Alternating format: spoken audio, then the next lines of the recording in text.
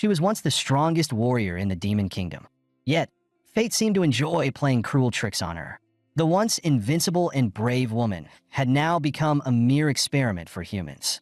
To make matters worse, a lecherous old man publicly scrutinized and humiliated her as though she were an object. He tortured her mercilessly by yanking her hair, truly heartless. Thankfully, in her most desperate moment, Roland appeared, offering the only glimmer of hope. Unlike most, he was forced into the nation's secret military unit, the Spy Division, due to an unforeseen accident.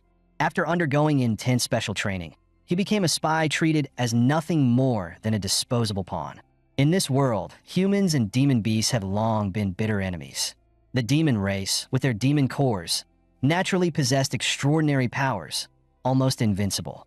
Humans, on the other hand, discovered the mysterious acupoints in the human body, mastering secret martial arts and mystical techniques rivaling the demon's strength.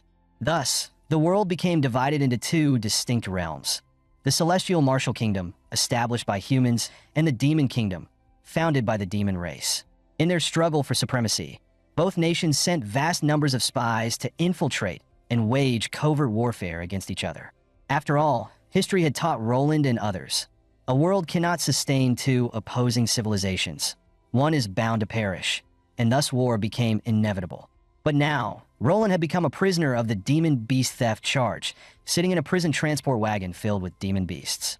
The atmosphere inside the wagon felt oddly tense, especially when the Minotaur in front of him suddenly spoke, asking, "What crime did you commit?"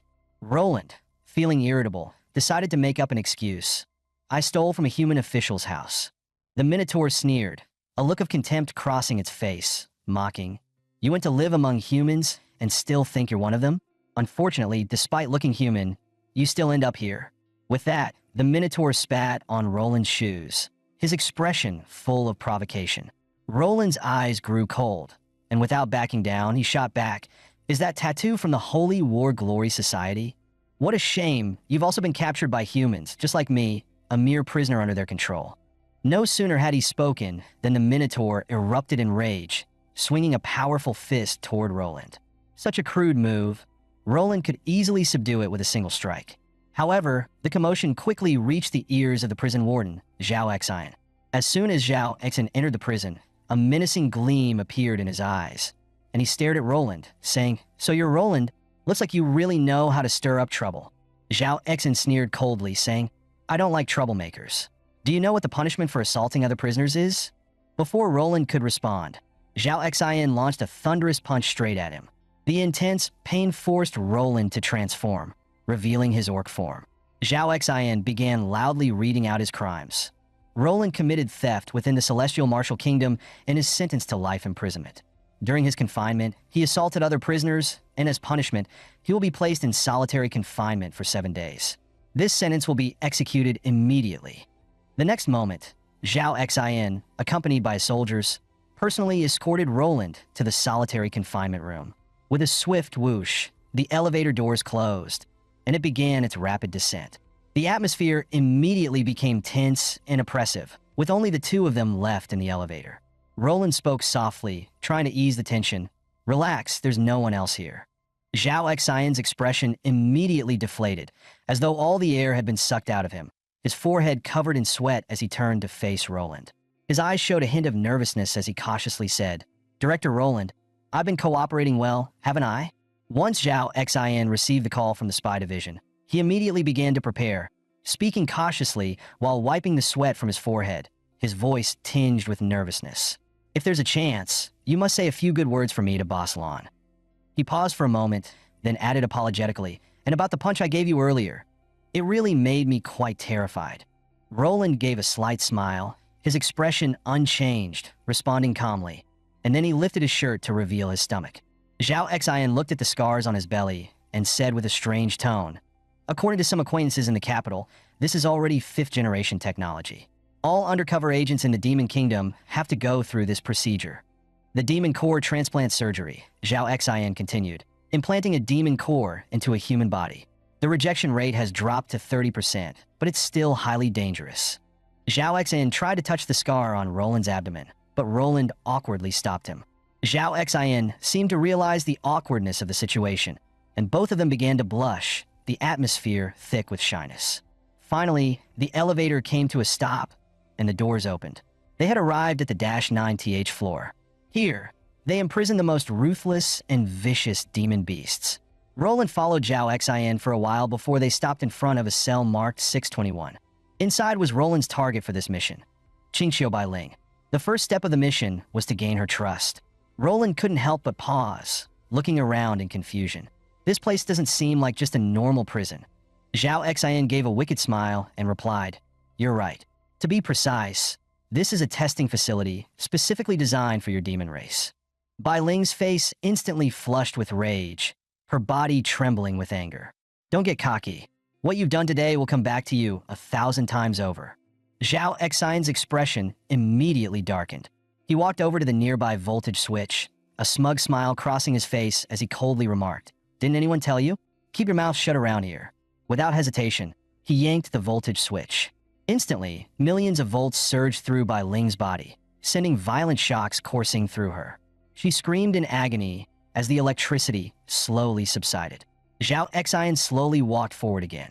Holding an electrified baton, he struck mercilessly at Bailing's fragile stomach. At the same time, he didn't forget to grab her by the hair, whispering mockingly, "You still have some looks, though you're a beast, but I guess you can amuse me a little, right?" He leered at her body, admiring, "This figure, it's so perfectly curvaceous, with long, fair legs, truly the golden ratio of human women." Just as Zhao Xin was about to use the baton to verify whether she was truly a virgin, she screamed in agony as the electricity slowly subsided. Roland coldly extended his hand, blocking Zhao Xin's movement. With a sneer, he said, "You humans pride yourselves on being a civilized nation, yet how do you treat captive demon races?" Zhao Xin's eyes flickered with disdain, feeling as if Roland was threatening him. Roland, unfazed, continued, "Respected Warden, I suggest you maintain some distance from us demon prisoners. Otherwise, it might affect your future promotions." He paused, his tone growing colder. After all, those higher-ups won't appreciate a warden who enjoys humiliating the demon race. If such disgraceful behavior reaches their ears, you might find yourself trapped here for the rest of your life. Zhao Xin's expression changed abruptly, as if he had suddenly realized something. Inside, a wave of panic surged. Those officials from the capital always pride themselves on being scholarly and righteous. If they find out that I'm here messing with a female demon, my career might be over. His respect for Roland, the special agent, grew even stronger. He turned to Roland and said, "You're right, but she did offend me, and I can't let her off easily." Roland looked at Zhao Xin and calmly responded, "If you can't calm down, I am willing to take her punishment in her place." After hearing Roland's words, Zhao Xin seemed to be further provoked. His staff swung their sticks as fast as the wind, and in an instant, one was aimed directly at Roland's face. He then ordered his subordinates coldly, "Give him a lesson so he knows what respect means." A barrage of punches and kicks hit Roland, and he felt as if he had been thrown into a violent storm, unable to control anything. But the deadliest blow came from one of the soldiers, who mercilessly slammed a baton directly onto Roland's head. In that instant, Roland saw stars flashing before his eyes, and then collapsed heavily to the ground, falling unconscious. After they left, Bailing couldn't hold back any longer and started calling out loudly for Roland. Seeing Roland lying on the ground like a lifeless corpse, Bailing's face flashed with panic, and she muttered, "He can't really be dead, can he?" Although she said that, Bailing couldn't help but nudge Roland's face with her foot. Roland was badly beaten, every inch of his body screaming in pain. Yet, to her surprise, Roland somehow managed to sit up. He turned his head, looking directly at his target, Bailing. Bailing was stunned by Roland's resurrection, her eyes filled with shock and disbelief at the sight before her. A few seconds later, both of them snapped back to reality, but the awkward atmosphere quickly turned their faces as red as fire. Bailing broke the silence first, her tone light and teasing. "Seems like you had a bad dream." Roland gave a forced smile, trying to mask his discomfort. "Yes, it seems like quite a bad dream." He then stood up, dusted himself off, and introduced himself briefly. "My name is Roland, just a nobody." After a brief pause, he looked at her with a slight smirk. "Since I took a beating for you, maybe it's time you told me your name?" Bailing shot Roland a glare, her tone tinged with disdain. "You think too highly of yourself, huh? I didn't ask for your help, and you got knocked out. How embarrassing." Despite her irritation, she finally spoke her name. Then, with a puzzled look, she asked, I heard you escaped from Green Island Prison. How did you manage to do that? As soon as the words left her mouth, Roland's eyes became alert, and he nervously retorted, "You're not trying to trick me, are you? To report to the warden?" Bai Ling immediately exploded in fury, her face turning red with anger. "Report? I'll report your head. I'm a warrior of the Qingqiu clan. How could I possibly conspire with humans? I'll kick your ass."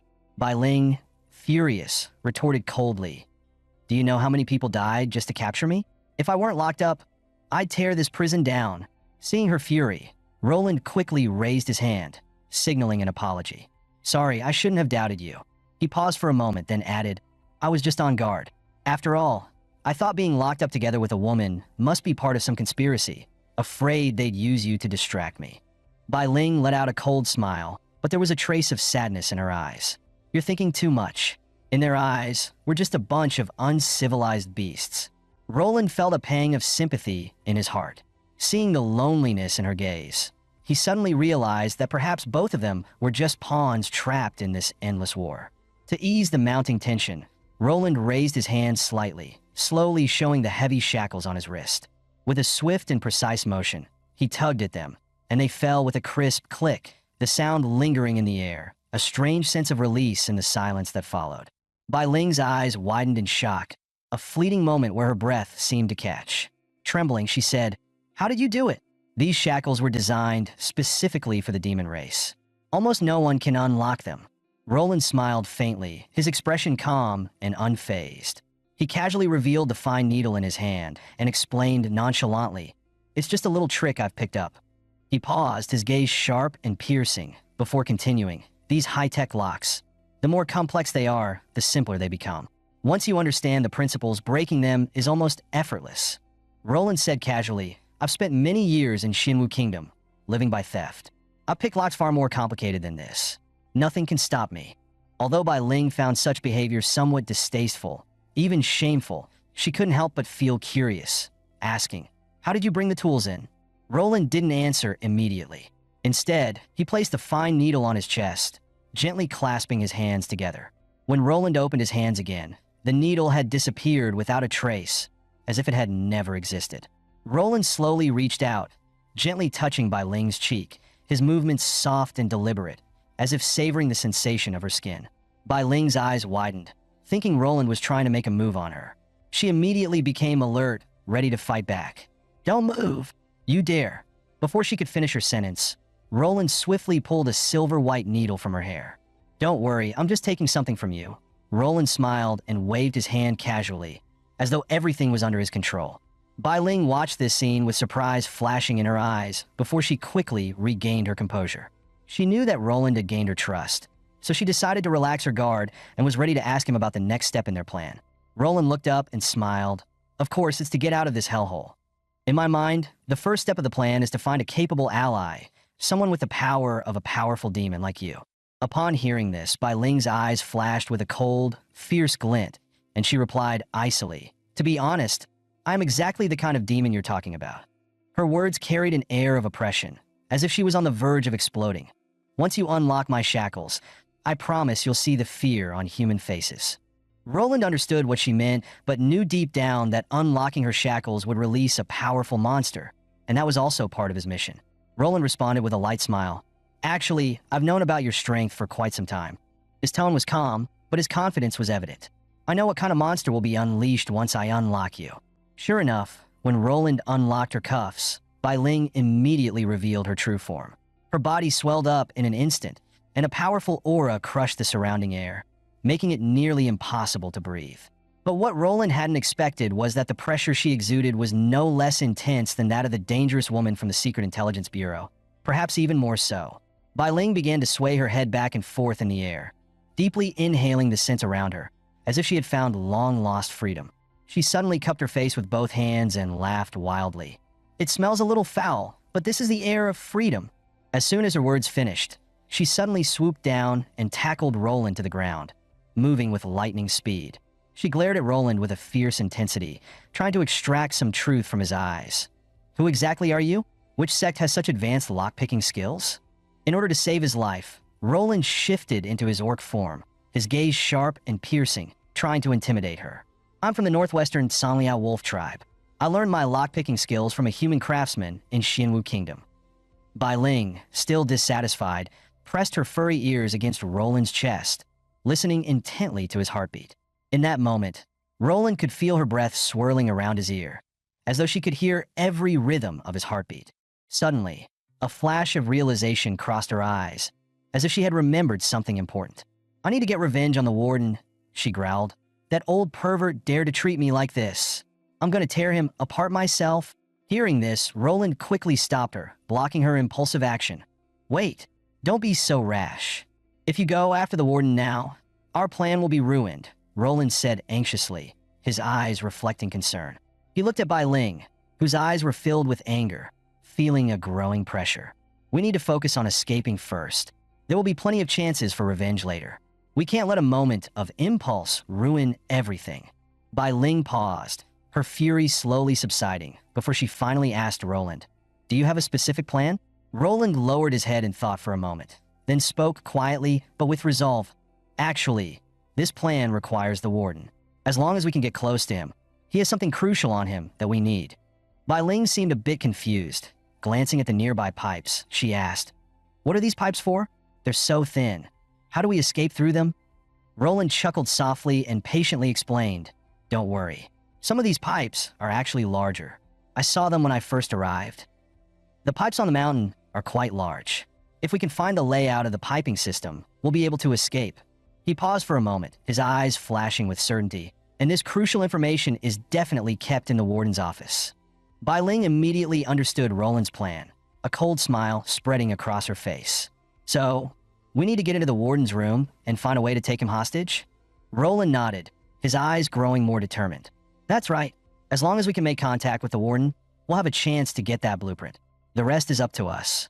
Next, Bai Ling and Roland began plotting how to get close to the warden, and the plan was gradually taking shape. Roland knew that as long as they could get the blueprint from the warden, combined with Bai Ling's immense power, they would be able to escape. But the problem was how to get close to the warden. At that moment, Bai Ling confidently patted her chest. "Don't worry. Leave the task of getting close to the warden to me. I have the intel they want, and it'll go smoothly." Roland let out a sigh of relief. At least that part was secured. However, Roland knew he had to continue convincing her. "All right then, there's just one more thing. How do we distract the guards?" Roland paused for a moment, his gaze firm. "You don't want the plan to fail and get stuck here, do you?" Bai Ling hesitated for a moment, a reluctant look passing over her face. But in the end, she agreed to cooperate. Fine, for freedom, I'll have to sacrifice my brief moment of liberty." They quickly made preparations for the operation. Roland jogged to the door, leaned close to the gap, and shouted loudly, "There's an important report. Is anyone in charge here?" Sure enough, a guard soon appeared, wielding a baton, walking toward them with an imposing expression.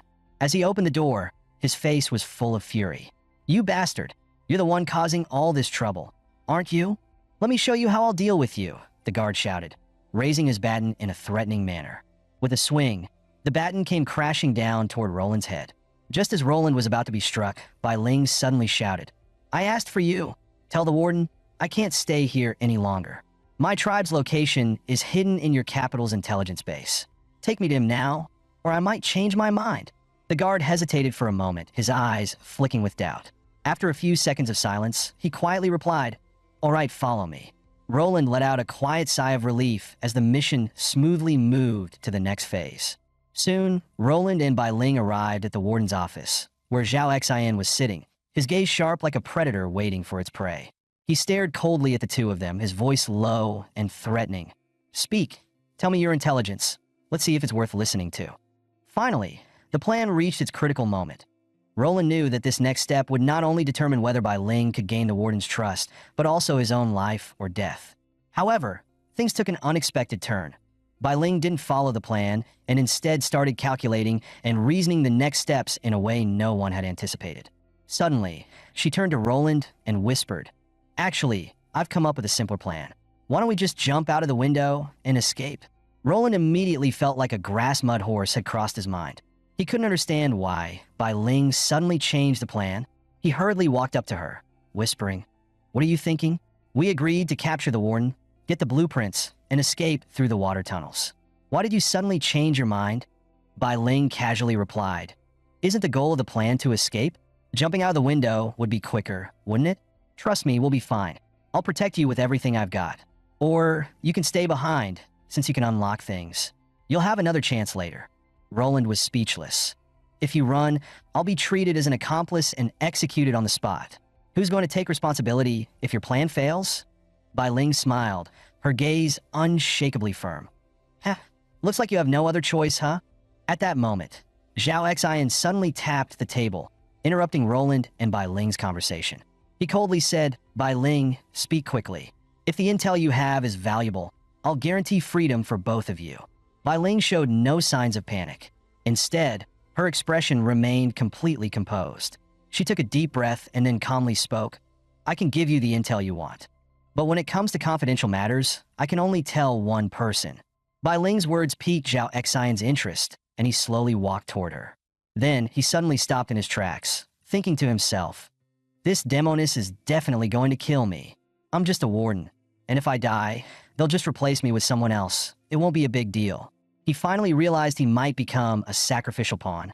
His heart tightened, and he began to feel something was wrong, secretly glancing at Bai Ling, whose expression seemed to scream, "I could kill you." Beside them, Roland blinked rapidly, desperately signaling to the warden, "Jump out the window! Jump out the window!" "She wants to jump." But Zhao Xian seemed to misunderstand Roland's meaning, thinking they were being told to jump out the window to escape. At that moment, tears welled up in Zhao Xian's eyes, and he was so moved he almost raised his fist and shouted, "No wonder you're a special envoy. You actually saved me once. I'll repay your kindness in the future." Roland almost tripped, feeling helpless. Did this guy even understand? His expression made Roland feel somewhat exasperated. Bai Ling looked at Zhao Xian, a sneer curling on her lips, her tone filled with sarcasm. "What's wrong? The mighty warden? Too scared to come over? You were all high and mighty in the control room earlier, but now you're trembling." To everyone's surprise, Zhao Xian suddenly laughed.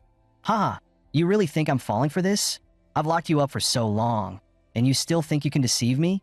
You came to me because of that prison blueprint, didn't you?" Bai Ling's face showed no surprise, only a colder sneer. "You foolish, arrogant idiot. You've made 2 fatal mistakes. Do you think I came to find you just for that blueprint?" "Yes, I want it, but how could I get it while locked up?" Before the words were even finished, a sinister smile crept across Bai Ling's face, her eyes gleaming with mocking amusement.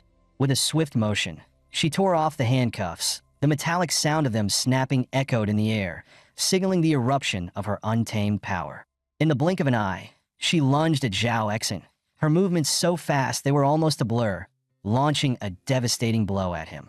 Zhao Xian was completely unprepared for her sudden burst of strength, and the impact sent him staggering backward, falling clumsily to the ground. Standing over him, Bai Ling smirked, her voice dripping with scorn. "You really shouldn't have locked me up with him." Though knocked back, Zhao Xian quickly regained his composure, his eyes hardening with resolve. He grabbed his radio and commanded, "Send the defense strike team to the warden's office immediately. Stop them at all costs." In his mind, Zhao Xian was confident. All the exits had been sealed, and these 2 demons would surely attempt to escape through the window. Without hesitation, he ordered shoot to kill.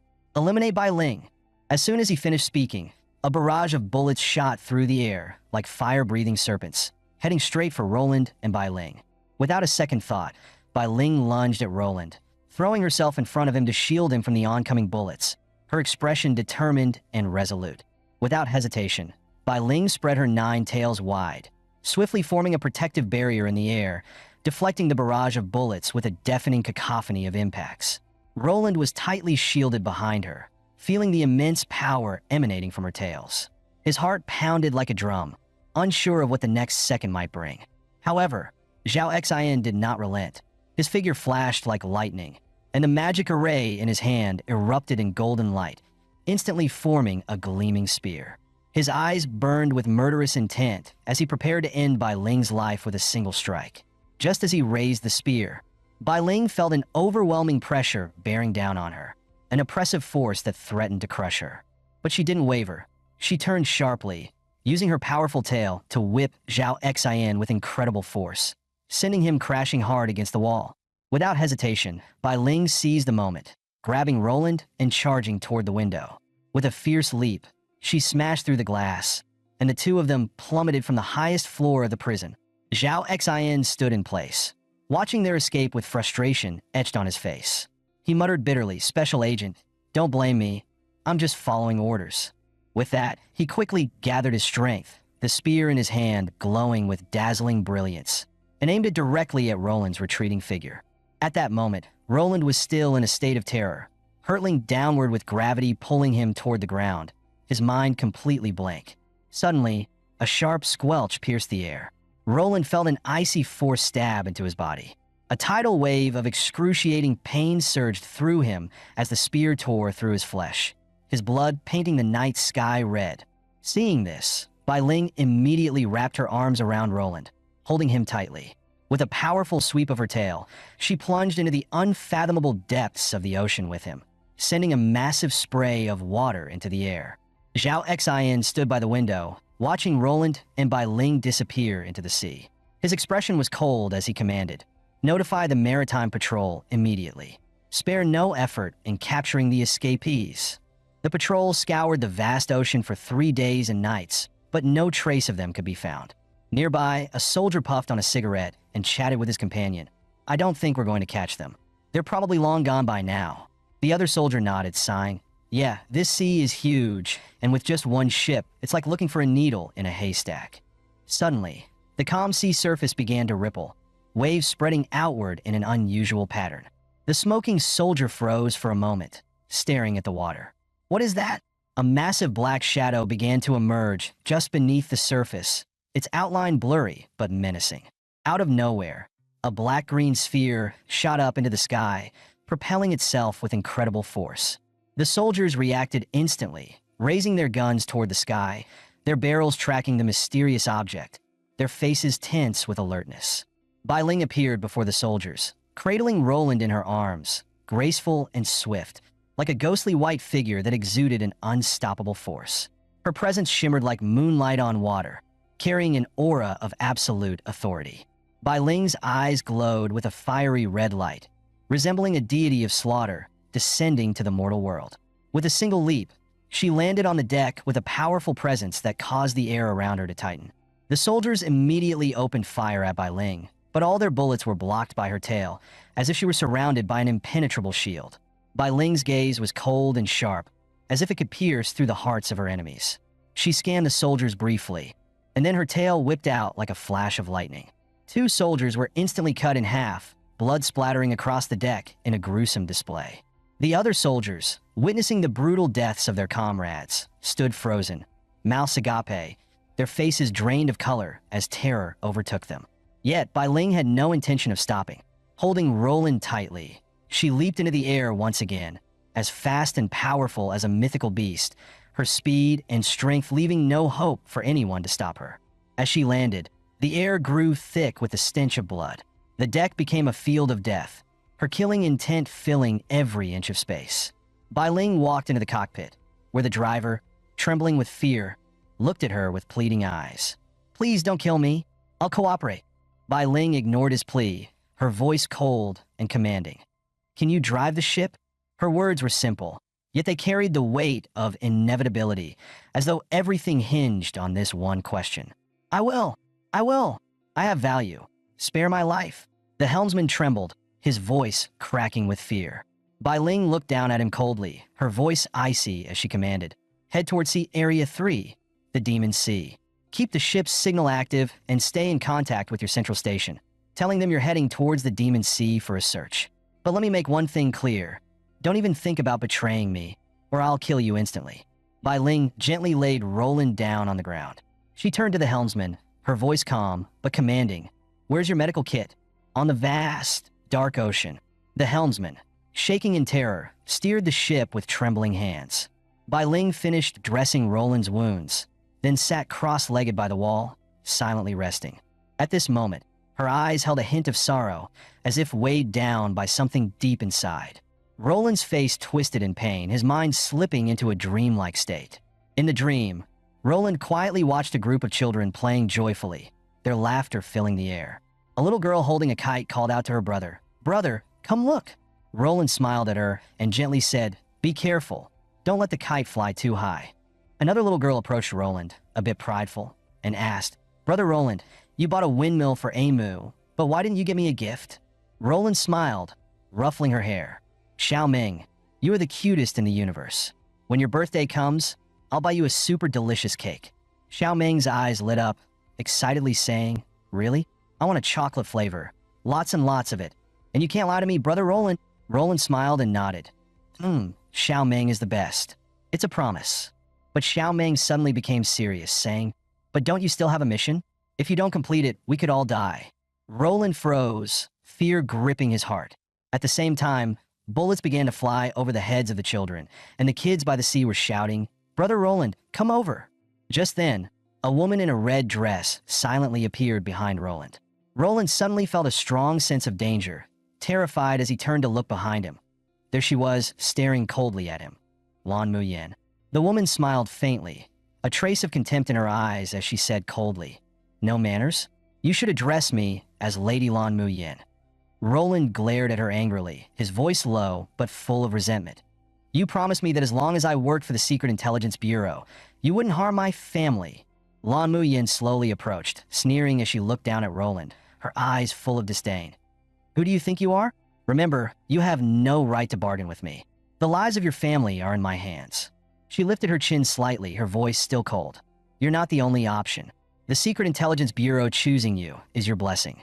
Complete this infiltration mission, and I will not treat you unfairly." Roland stared at her, his eyes filled with anger and determination. "I don't care about that. I only want my family to be safe." Lan Muyin immediately slapped Roland across the face.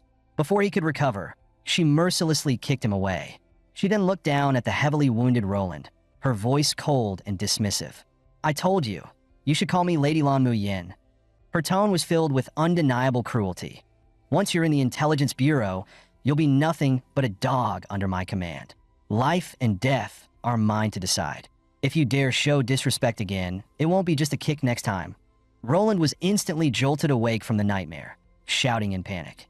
After a moment, he realized it was just a dream.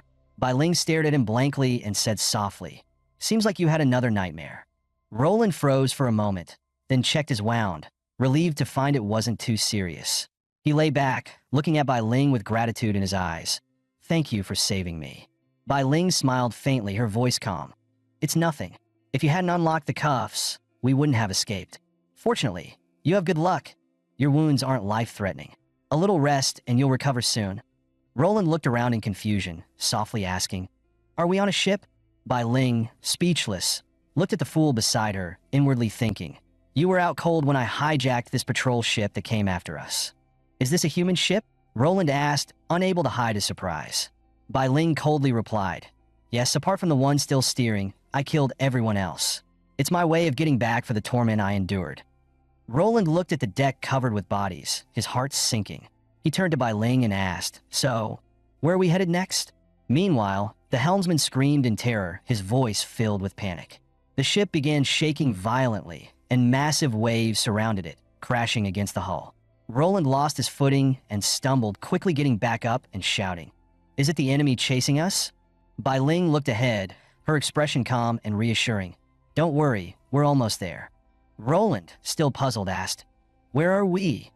Of course, it's the Demon Kingdom, the Dark Sea, located closest to the Third Sea area of Xianwu Kingdom. At this moment, Bai Ling and Roland arrived at the bow of the ship. Roland gazed at the turbulent sea, with waves crashing and whirlpools spinning fiercely. "Although I am of the demon race, I have never been here. These storms and chaotic currents are a natural barrier. No wonder Xianwu Kingdom's naval attacks always fail." That's right, with Xianwu Kingdom's growing power. If it weren't for this sea as a barrier, the southern part of the Demon Kingdom would likely have already fallen. As the ship entered the whirlpool, it began to shake violently. While Bai Ling remained calm and collected, Roland staggered, clearly unsettled by the turbulence. Roland anxiously looked at Bai Ling, his voice filled with worry. "This whirlpool isn't caused by the fact that we're young. If we go deeper, the ship will probably capsize." Bai Ling smiled reassuringly. "Don't worry, I won't let you die in the belly of the fish." She then emitted a sound, a deep, almost fish-like call. On the mountain, the mermaids heard the sound and turned their gazes toward the direction it came from. They swiftly gathered with others and began swimming toward the ship. soon climbing aboard. Roland's eyes widened in fear as he watched the mermaids climb onto the ship. However, surprisingly, the mermaids did not attack immediately. Instead, they lined up neatly on the deck. The pilot, however, wasn't as calm. He screamed in panic. "We're done for. They're deep-sea scouts." The deep-sea scout made his way to the cockpit and coldly ordered the pilot, "Get out and obey." Roland glanced sideways at Bai Ling, a hint of confusion in his eyes. "Did you summon these fish people with that sound you made just now?" Bai Ling nodded slightly, a cold smile on her face. "Yes, they're the sentries from the front lines." One of the scouts approached, his sharp gaze scanning them, his voice cold. "Who are you?" "You boarded a patrol ship from the Shinwu Kingdom and entered the sea of the Demon Kingdom. Yet you understand our secret communication." Bai Ling stood confidently, one hand on her hip, her gaze filled with pride. "I am Bai Ling of the Qingxiu clan, a Hazan. 3 months ago, I was captured by the Shinwu Kingdom, but now I've luckily escaped." She paused, her tone firm. "Return me to Hansheng, and I will reward you generously." The scout's eyes widened in shock, his voice full of reverence. "You are the noble Zan of the Qingxiu clan?" Bai Ling was too lazy to waste time with pleasantries, immediately revealing her 9 tails, exuding an overwhelming aura. She sneered. "What? Don't believe me?" The scout was momentarily stunned, his face filled with confusion and panic. Then, he and the other scouts knelt, speaking reverently. "We greet you, my lord. Congratulations on overcoming this danger and escaping safely." Bai Ling looked down at the kneeling scouts, her eyes showing impatience. "Enough with the formalities. Hurry up and take me back to Hansheng." Bai Ling's eyes were sharp as she coldly glanced at the kneeling scouts. Her voice was chilling. "Also, not a word about my return should be leaked. You all will stay by my side from now on, not a step away." A massive stone tablet loomed ahead, inscribed with ancient runes that commanded reverence. A figure knelt on the ground, his eyes fixed on a gigantic monster plaque ahead, his brows furrowed in deep thought. "Master, the third young miss has entered the city," the figure reported in a subdued tone, a hint of tension in his voice. "I never expected her to escape from the human concentration camp." The voice from the shadows was calm, but carried an undercurrent of disdain, and she returned without a single whisper of news. The perfect moment to strike has passed. The little girl has grown smarter after this experience, and she'll likely become a problem in the future. The masked man turned his gaze toward the figure in the shadows, his eyes sharp as knives. "Should I take action now?" "Damn it," the voice from the shadows hissed, seething with anger. "She's just entered the city. There will be more opportunities. I'll get what I want sooner or later." The scene shifted back to the sea, where a massive submarine sat motionless at the dock, its iron exterior gleaming coldly in the sunlight. Bai Ling and Roland disembarked from the submarine, walking with purposeful steps, their faces expressionless. The scout stood respectfully to the side, watching Bai Ling with reverence. "My lord, I have successfully escorted you back to the city. I shall take my leave now. I wish you well in Han City." "Ao Jiang, right?" "You've done well," Bai Ling said calmly, her voice firm and resolute. "I will speak with the Sea Defense Commander Ao Shah and help you secure a general's position." Ao Jiang lowered his head in gratitude, silently relieved that the opportunity was finally within reach. Bai Ling and Roland walked towards the imposing city ahead, the atmosphere of Han City enveloping them. Roland couldn't help but exclaim, "First time in Han City, and I didn't expect it to be this prosperous." Bai Ling glanced sideways at Roland with a slight smirk. "Your astonishment isn't surprising. Though the Demon Nation as a whole lags behind the Shinwu Nation, Han City is located near the Black Sea Channel, a bustling trade hub and a stronghold with heavy defenses. It is one of the 3 major capitals of the Demon Nation, second only to the Imperial capital. It's hard for it not to be prosperous." Roland nodded thoughtfully before asking, "So, where are we going now?" Bai Ling answered softly, her voice carrying a hint of nostalgia. "Home." Just then, 4 luxury cars pulled up in front of Bai Ling, their tinted windows reflecting the sunlight. Bai Ling stood frozen for a moment, clearly taken by surprise. She frowned, perplexed by the unexpected arrival. At this moment, the car door opened and a pair of beautiful high-heeled shoes stepped out. Following that, a girl in a qipao with a single horn on her head leaned out from the car. The girl gazed at Bai Ling and Roland. Roland couldn't help but think to himself, "This girl, she's dressed so seductively." The girl then bowed to Bai Ling. "I am Jiu, respectfully welcoming you, my lord. After such perilous journeys, You have finally escaped unharmed. The old ancestor received the news early and was so excited, he couldn't stop dancing with joy. Bai Ling looked at the girl with tear-filled eyes. Is the old ancestor still well?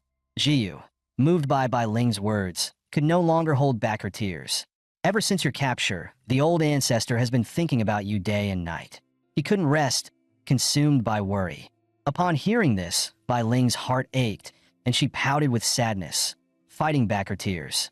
While both were caught in their sorrowful emotions, Jiyu turned to look at Roland. And this is? Jiyu asked, her expression curious. Roland, looking completely confused, stammered, I'm... Bai Ling, seeing his confused expression, smirked and answered for him. This fool's name is Roland. He's the one who helped me escape from prison. Roland stood there, still dazed after hearing Bai Ling's introduction, and softly said, Hello, Miss Jiyu. Jiyu immediately gave a deep bow, expressing her gratitude. Thank you for saving my young lady, my lord. Jiyu will repay you generously. Bai Ling watched them for a moment, and, sensing the atmosphere had eased a bit, softly said, All right, let's head back and talk later. Roland and Bai Ling sat awkwardly in the back of the carriage, the air thick with an unspoken tension. Roland glanced at Bai Ling briefly before quickly turning away, as though too nervous to meet her gaze. Bai Ling, sensing his discomfort, spoke calmly. If you have questions, just ask. You saved me, so there's no need for you to be so formal in front of me. Roland paused for a moment, then looked at Bai Ling and said, Could you just drop me off somewhere up ahead? I don't want to get entangled with big figures. Bai Ling glanced at him sternly, her voice carrying a touch of reproach. You risked your life to help me escape, barely making it out. Don't you want me to repay you? With the power of my family, this reward is likely to change your fate. Roland was puzzled. Your family? What exactly is your identity? Bai Ling looked out at the sky and said, This place was not originally called Cold City, but Qingxiu City, the holy city of the Qingxiu Fox Demon Clan. My ancestor was the ruler of this holy city, the nine-tailed fox king, Qingxiu Qi. After the War of 10,000 Demons, Qingxiu Qi was defeated and submitted to the Demon King. Qingxiu City was then renamed Cold City, symbolizing the Demon Kings will to guard the cold frontier for generations. To control the power of our clan, the Demon King brought the 3 major clans and 24 smaller clans to settle here, ruling the Cold Continent together. Cold City became the heart of the Cold Continent and the hub of 100 cities. Today, the 4 great families of the Cold Continent, Qingxiu, Ao, Shang, and Yu coexist with Qingxiu at the top. Roland felt awkward, embarrassed. I feel ashamed. Although I'm also a demon, I grew up in the immortal martial kingdom, so I know nothing about these historical tales. Bai Ling immediately asked, So, what do you think? Will you still refuse my reward? Of course, I wasn't joking. I previously thought your family was well off and didn't want to attach myself to it. But after hearing all this, I'm now even more determined to keep my distance. Bai Ling asked seriously, So you really don't want anything to do with me? Roland answered without hesitation, Yes, I don't want to. Bai Ling helplessly rolled her eyes, inwardly sighing. This fool actually rejected me to my face. Since he won't accept my grand gesture, at least he should take some money. Living here isn't cheap after all. Roland awkwardly replied, Money, that's fine, but... Before Roland could finish, Bai Ling angrily shouted, Shut up! Let me have some peace, you damn fool! The two were once again plunged into an awkward silence. The vehicle sped toward their destination. In no time, it stopped in front of an impressive estate. The plaque at the gate bore 3 words, Qingxiu Manor. Bai Ling and Roland looked up at the plaque, and Bai Ling sighed, Qingxiu Manor. I'm home. The guarding wolf demon at the door looked at Bai Ling and shouted happily, It's Mrs. back.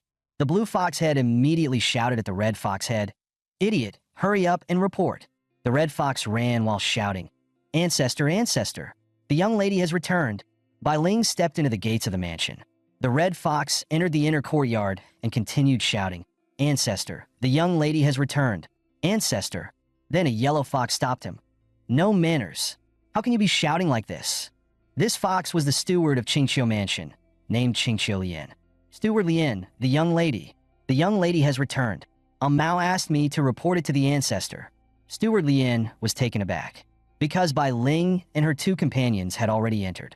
Steward Lian not only didn't step forward to greet them, but angrily scolded the red fox. You dare, no matter who returns, you cannot make noise in the mansion. Since this is your first offense, kneel here and receive 60 slaps as punishment. To set an example, the red fox knelt on the ground, begging for mercy and frantically kowtowing.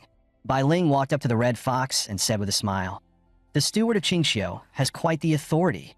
Today, Mao was simply overjoyed by my return and lost his composure. Could you please let him off?" Considering my face, Steward Lien bowed respectfully and replied, "Greetings, Mississippi. Perhaps you should go see the old ancestor first. She has been thinking of you day and night. As for the matter of the servants, leave that to me." Bai Ling's eyes appeared blank, and even Roland, standing behind her, sensed that something was wrong. It seems the steward of the Qingxiu residence doesn't get along with Bai Ling. There must be someone backing him. Not one to give in, Bai Ling released a burst of demonic energy and coldly asked, "What if I insist on intervening?" Steward Lien remained calm, his attitude still courteous on the surface, but he spoke with a hint of indifference. In Qingxiu residence, punishments for servants are handled by the steward. I'm simply doing my duty. All decisions regarding the punishments are made by the master of the house. If Miss feels it is unfair, she can report it to the master, and I will accept whatever the master decides. This is the rule. Bai Ling sneered and looked down at the steward, her expression hard to read. Jiyu angrily shouted, "Master Lien, you dare to contradict the young lady. I will tell the old ancestor and have her punish you." Master Lien didn't even look at Jiyu, replying coldly, "You're just a maid by the young lady's side. Don't forget your place. The family head despises gossip within the household. I advise you not to make a fool of yourself. This is not a place for you to speak." Jiyu was left speechless by the rebuke, unable to say a word. Master Lien waved his hand dismissively and said, "All right, leave the young lady's matters to me. The old ancestor is still waiting for you. Please hurry." White Ling stood there helplessly, feeling the sting of defeat once again, just like before. This old fox, as long as that man stands behind him, this humiliation will never be erased. I won't accept it. I can't accept it. White Ling gritted her teeth and stepped up the stairs, suppressing her inner pain. Master Lien watched White Ling leave, snorting with some self-satisfaction. Suddenly, a voice rang out. "Master Lien, what's going on here?" Without warning, came a shout, "Take this kick." Master Lien barely had time to cover his face before he cried out in pain. White Ling, the red fox, and Jiyu were all frozen in shock, their eyes wide in disbelief. White Ling stared blankly at Roland, completely stunned. Roland growled angrily, "You damn servant! I've tolerated your insolent face for far too long." Master Lien, covering his face, shouted in anger, "Who are you? How dare you hit me?" Roland didn't back down, retorting, "You set rules for others but don't follow them yourself. Are you blind to your own actions? You're the housekeeper of this manor, right? Isn't it your job to carry out the master's will? How can you openly defy the young lady's wishes? Isn't the young lady your master? Do you think you can now act above the family head?" Master Lien, unable to argue back, threatened, "Kid, just wait. You'll regret this." Roland responded coolly, "I've learned my lesson. May I ask who you are, sir?" White Ling looked at Master Lien with a sneer. "Do you plan to take revenge? He's my savior. He's the one who brought me back." Master Lien's face twisted in anger. "Oh, a savior, huh? I'll remember that." He then turned on the red-haired fox, fuming, "You've got some nerve. The young lady pleaded for you, and you still haven't left?"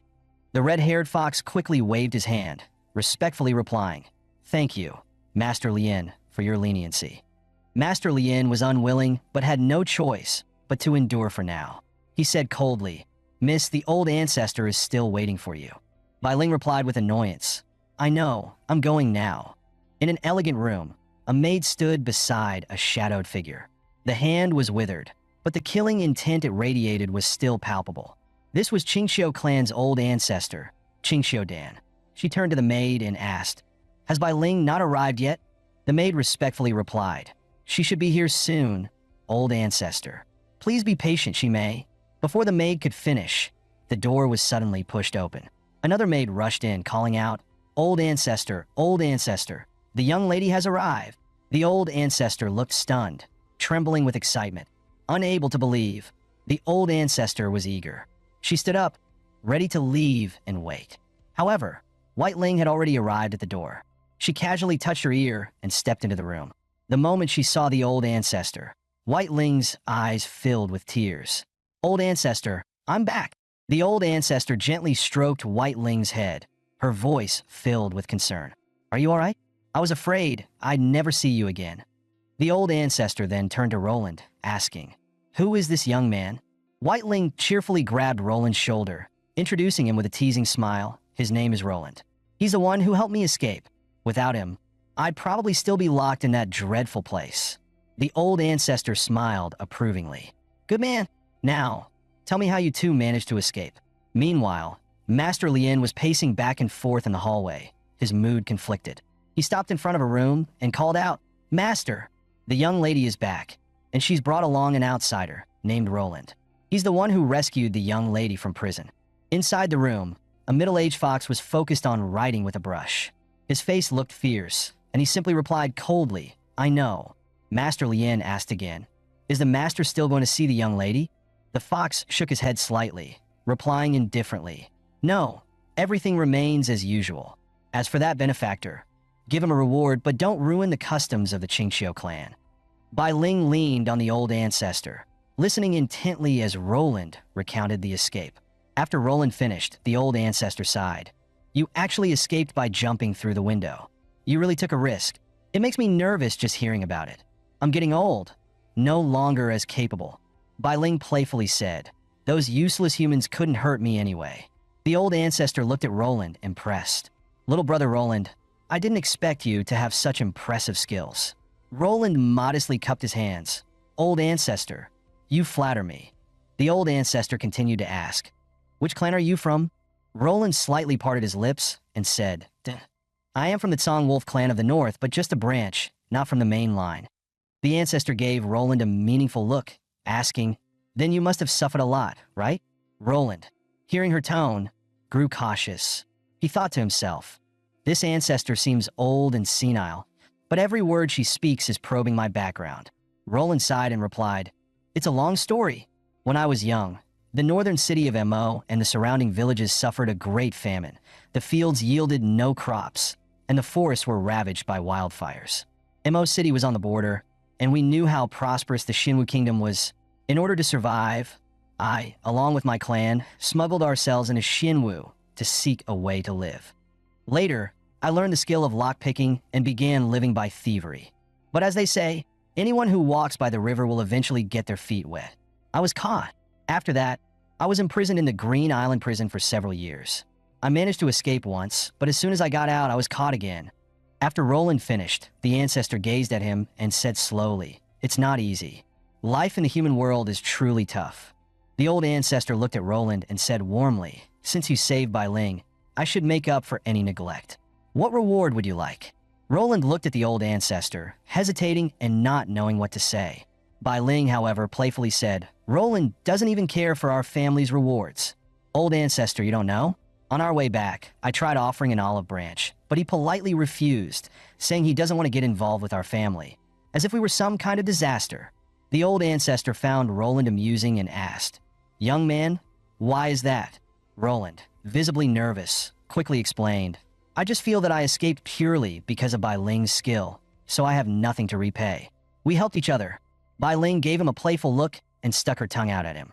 The old ancestor smiled, her gaze sharp. "Roland, you really have spent a lot of time with humans, haven't you? You've picked up some of their noble ideals. But still, there must be something you can offer in return." Just then, the door opened, and Master Lien entered, head lowered. Master Lien lowered his head and respectfully reported, "Old ancestor, the family head sent me to inform you that he has urgent matters to attend to and won't be coming in person.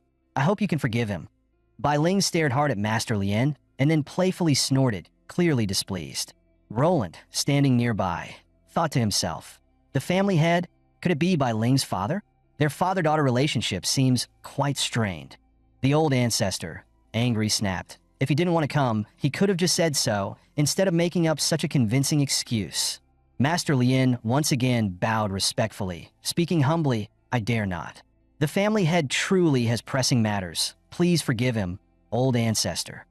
The old ancestor snorted, frowning, "Umph, I can't be bothered to see him. However, there's still one thing that requires his decision."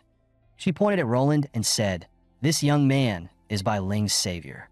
Master Lien cupped his hands and said, "Old ancestor, we met earlier in the front courtyard." The old ancestor nodded. "Good. Go and ask him what kind of reward he thinks is appropriate for his help." Master Lien answered respectfully. When I left, the family head had already given instructions. The patrol team in North City's Fire God Street is missing a captain, a position that is neither too high nor too low. When Bai Ling heard Fire God Street, her expression instantly became serious. That place is a no man's land, a hotbed for all sorts of trouble. The previous team leader died under mysterious circumstances. Is this really a good assignment? She said coldly. Bai Ling turned to the old ancestor, her tone firm. Old ancestor, let him join the military with me. The old ancestor sighed, clearly having something she couldn't speak of. Steward Lien explained, Miss, the military is not like other departments. We must know the backgrounds of the personnel very well. Furthermore, the military isn't something our family can control alone.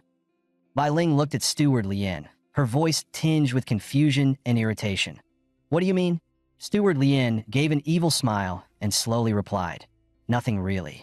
It's just that Mr. Luo's and your status differ too much. If you're together day in and day out, it might not look very proper, right? Luo Lan looked around uneasily, unsure of how to react. He waved his hand, trying to smooth things over. Everyone, there's no need to let this cause discord. I never intended to save anyone. We simply escaped together. As for such a reward, I really can't accept it. Bai Ling became instantly angry upon hearing Roland's words. Roland, are you really unwilling to accept my good intentions? Roland glanced at Bai Ling's sharp eyes and waved his hand. Don't be angry. I didn't mean anything bad. I just think it's not appropriate. Then Roland turned towards the side steward and said, I don't know much about Han City. Suddenly asking me to become the captain of the inspection team, I'm afraid I won't be able to do it well. Bai Ling, with her back turned to Roland, huffed angrily. Excuses. Roland felt a bit awkward from her inexplicable pride. The ancestor gently patted Bai Ling on the back of her head. Your temper is still as wild as ever. What the young man said makes sense. He's not from the local demon clan. He really needs time to adjust.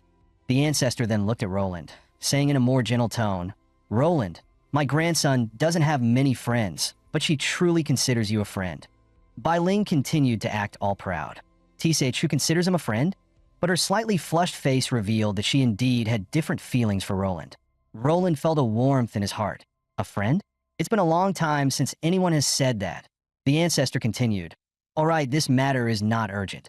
You can settle down in the residence first. The moonlight was hazy, and the room was brightly lit. Roland, with his hands behind his back, instructed the two girls, All right, you can leave now. The two beautiful girls looked at Roland with a mix of shyness and shock. The girl in the red dress couldn't help but say, But the ancestor ordered us to assist Mr. Roland with his bath and changing clothes. Roland's expression turned serious, and he ordered them to leave, saying, I'm not used to being waited on. You can leave now. If the ancestor asks, just tell them I sent you out. The two maids respectfully began to exit. Roland cautiously opened the door a crack, carefully observing whether the two had truly left. After confirming they had gone, he started to remove his clothes. Then, he relaxed as he enjoyed a hot bath. Lying back, he thought to himself, I've finally entered the land of demons. From here on, surrounded by enemies, one misstep could mean death without a grave. They will definitely try to probe into my background. My fabricated identity is mostly lies, but they shouldn't be able to uncover anything. Roland held his breath and sank into the water, constantly reminding himself to stay alert and not let his guard down. Just then, a knock came from outside the door. Mr. Roland, are you asleep? Mr. Roland? The voice outside was gentle and soft. Roland surfaced, his eyes bleary, and murmured to himself, Who's looking for me at this hour? The voice, it sounds a bit familiar. He quickly climbed up to the edge of the tub and called out loudly, Who's there? Outside, the shy voice of Jiyu replied, Mr. Roland, it's me, Jiyu, the maid of Miss Bai Ling. Roland looked confused, thinking, Jiyu? What's she doing here at this time? Outside, Jiyu called again, Mr. Roland, I have something to say to you. Roland sighed in frustration and hastily responded, Hey, wait a moment. Outside, Jiyu stood with her hands behind her back, patiently waiting, but her expression seemed a bit stiff, as if uncertain. Roland opened the door and spoke, Miss Jiyu, it's so late. Do you need something? Jiyu's face was flushed, adding a unique charm to her appearance as she softly said, Mr. Roland, may I come in to speak? Roland paused for a moment, feeling a sense of confusion rise within him. Then he opened the door wider, making space, and said, All right, please come in. As Jiyu stepped inside, Roland carefully closed the door behind her, ensuring no one would interrupt them. He then looked at Jiyu, maintaining a hint of caution in his voice. "Miss Jiyu, what brings you here so late?"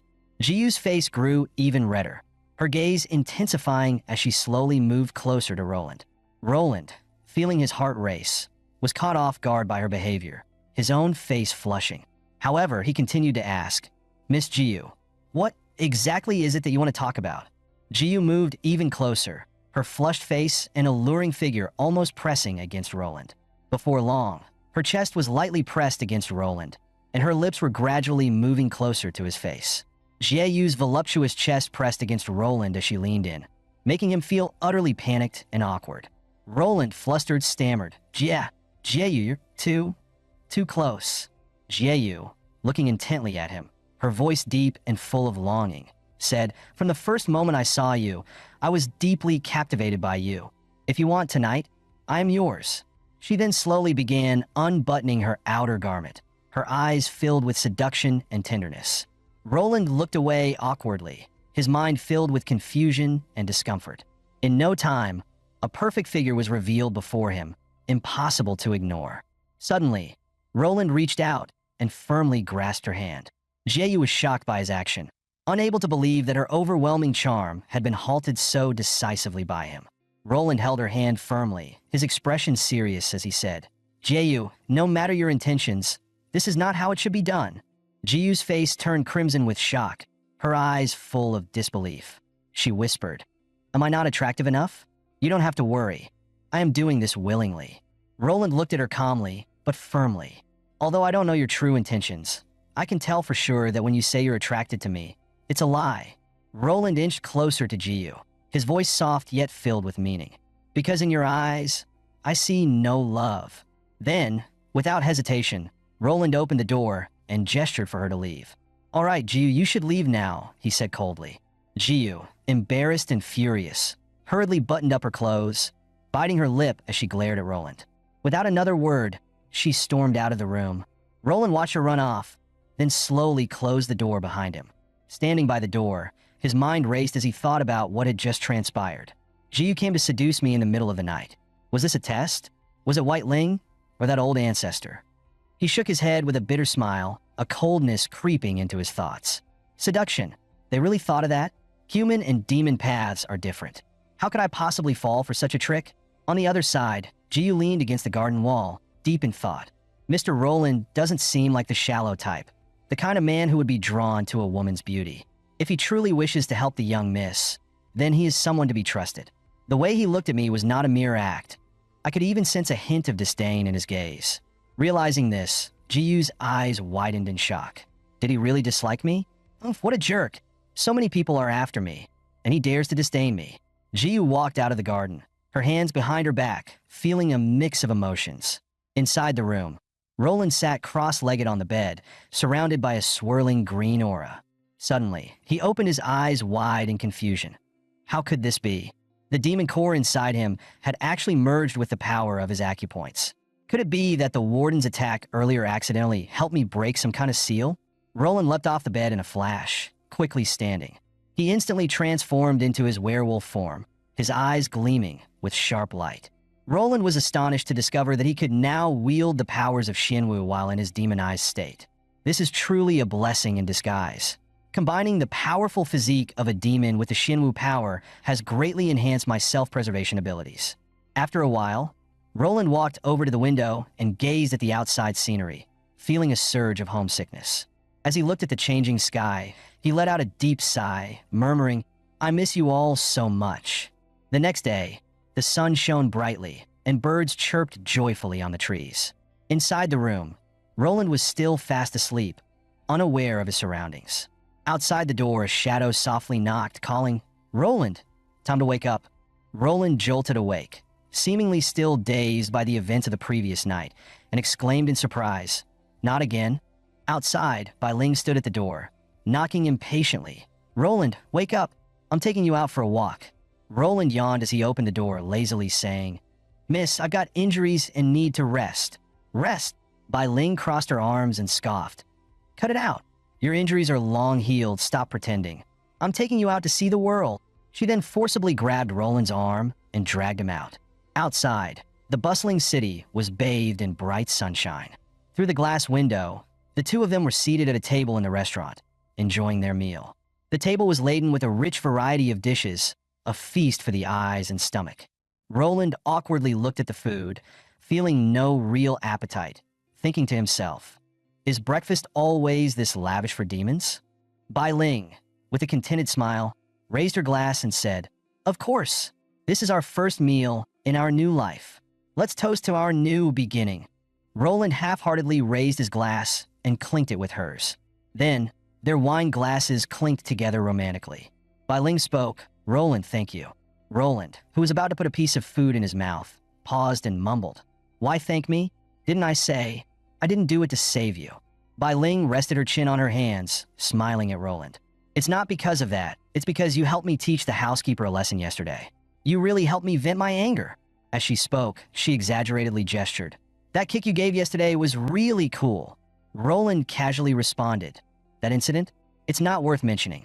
I just simply couldn't stand him. But there's one thing I'm curious about," Roland continued. "You're the young lady, and he's a servant. Even if he's the housekeeper, he shouldn't be so rude to you. How come it feels like you can't do anything about him? I'm just curious. If it's inconvenient to answer, that's fine." Bai Ling's gaze suddenly darkened, as if she had fallen into some indescribable emotion, her expression a little lost. She remained silent for a moment, then softly said, "Let's eat." Her tone was gentle, but somewhat unnatural. At that moment, the waiter walked over and handed Roland a cup of coffee. Roland couldn't help but smile when he saw the coffee, gently lifting the cup and savoring the aroma. However, just as he was about to take a sip, he noticed a symbol appearing on the surface of the coffee, and his brow instinctively furrowed. Roland softly asked, "Where is the restroom?" His gaze became slightly alert. The waiter smiled and nodded, pointing ahead, "This way, please." Roland followed her, but his mind had already become alert. The methods of the Intelligence Bureau were indeed everywhere. The waiter slightly lowered her head, speaking with a mix of respect and a hint of flattery. "It's a pleasure to meet you, Special Agent. The second door ahead. Once you turn the handle, you'll understand." Roland gently walked toward the door, quietly turning the handle, his heartbeat slightly quickening. Behind the door was a red telephone, quietly placed on the table. Before he could think much more, the phone suddenly rang, breaking the silence. Roland took a deep breath and walked over to answer the phone. A familiar voice came from the other end. "Little Wolf Dog, long time no see." After Roland answered the phone, the familiar voice of Lan Mu Yin rang through. Calm yet tinged with a hint of amusement, she said, "Roland, congratulations on earning Qingxiu by Ling's trust. Well done. As expected of the hunting dog, I personally selected."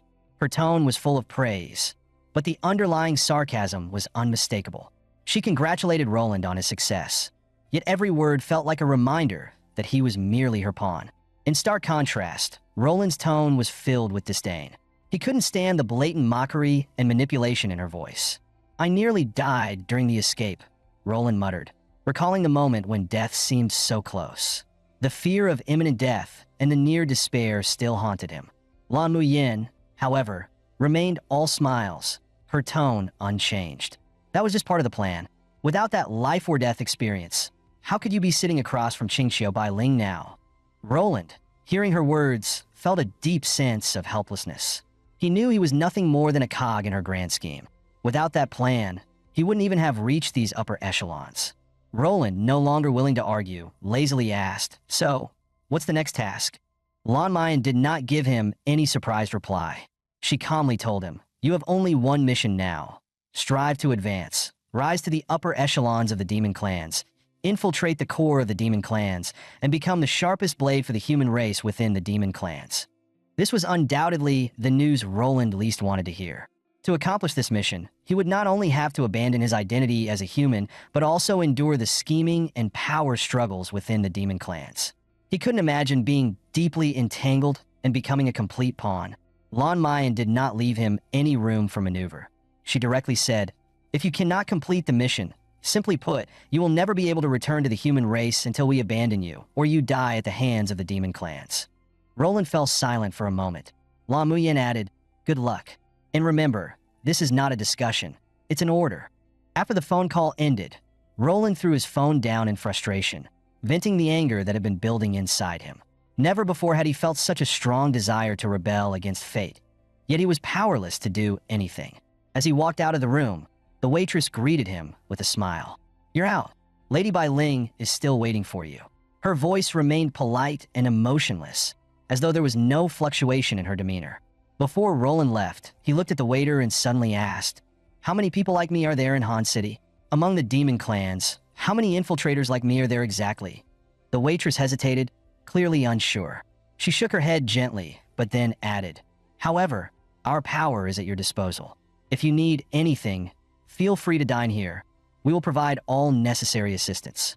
At this moment, Bai Ling had been waiting for Roland for quite some time. Her eyes flickered with anticipation, tinged with a hint of unease. Roland apologized to her, his expression light, and then casually swept his hand across his head.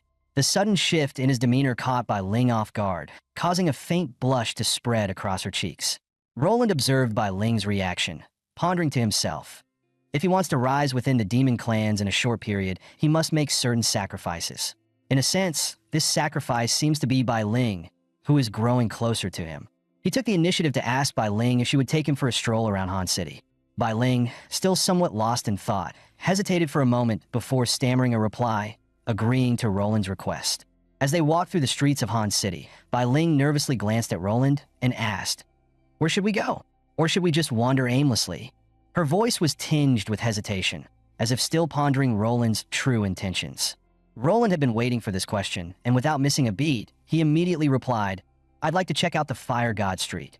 His words were simple and direct, as though this had been his goal all along. Bai Ling was puzzled upon hearing Fire God Street.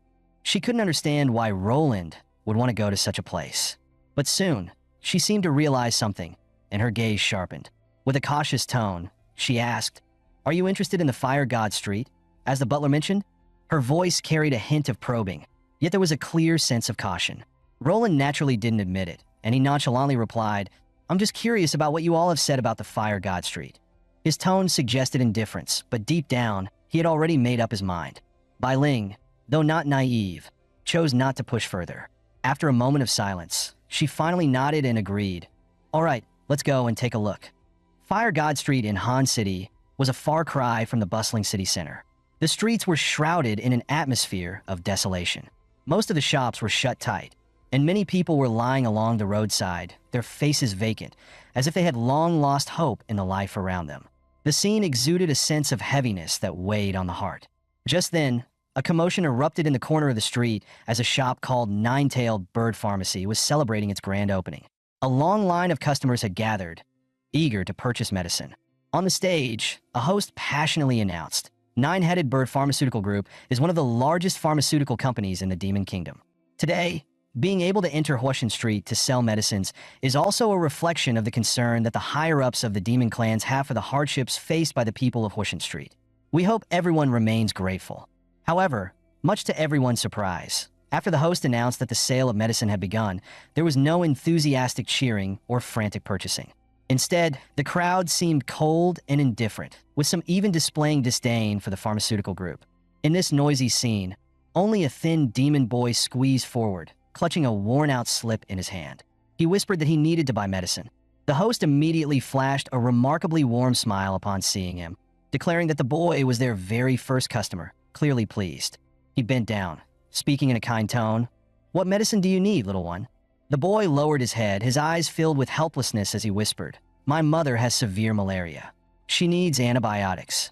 However, the host's expression grew cold, his smile turning sinister. Without a trace of sympathy, he informed the boy, "Each medicine costs 500 coins.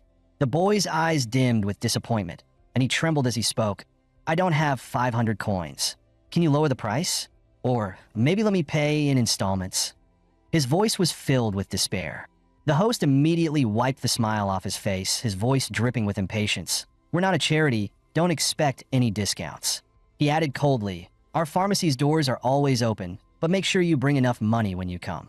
As the host turned to leave, the boy's tears began to fall. His voice cracked with desperation as he sobbed, "If I don't get the medicine, my mother will die." The host, however, showed no sign of remorse. With a hint of mockery, he responded, "People die every day in this world. Your mother's death is no different." These words quickly reached the ears of the demon clans watching below. The demons began to whisper among themselves, mocking the host for raising the price of medicine, with everyone saying they couldn't afford it. Then, the demons who had been queuing dispersed one after another, and the scene became chaotic. The host, taken aback, stood confused. He thought to himself, how are these people all so poor? They can't even afford medicine. How disappointing. While he was confused, a middle-aged demon with fish fins walked out from behind him. His voice was calm, but reassuring. Manager Long, don't be upset. These poor fools must be heading to the black market. The host turned his head to look at the demon, skeptically referring to him as Captain Ma, and asked in a low voice, has the black market not been completely eradicated by you? Captain Ma, hearing this, gently corrected, please call me Vice Captain Ma. After all, any operation requires approval from the director and the captain. I currently don't have the authority. It turned out that the Nine-Headed Bird Pharmaceutical Group had established a strong relationship with Vice Captain Ma's demon clan earlier in the year. However, things took a turn when the Qingqiu family intervened and seized the position of the captain. This left Vice Captain Ma unable to speak up, caught in a battle for power.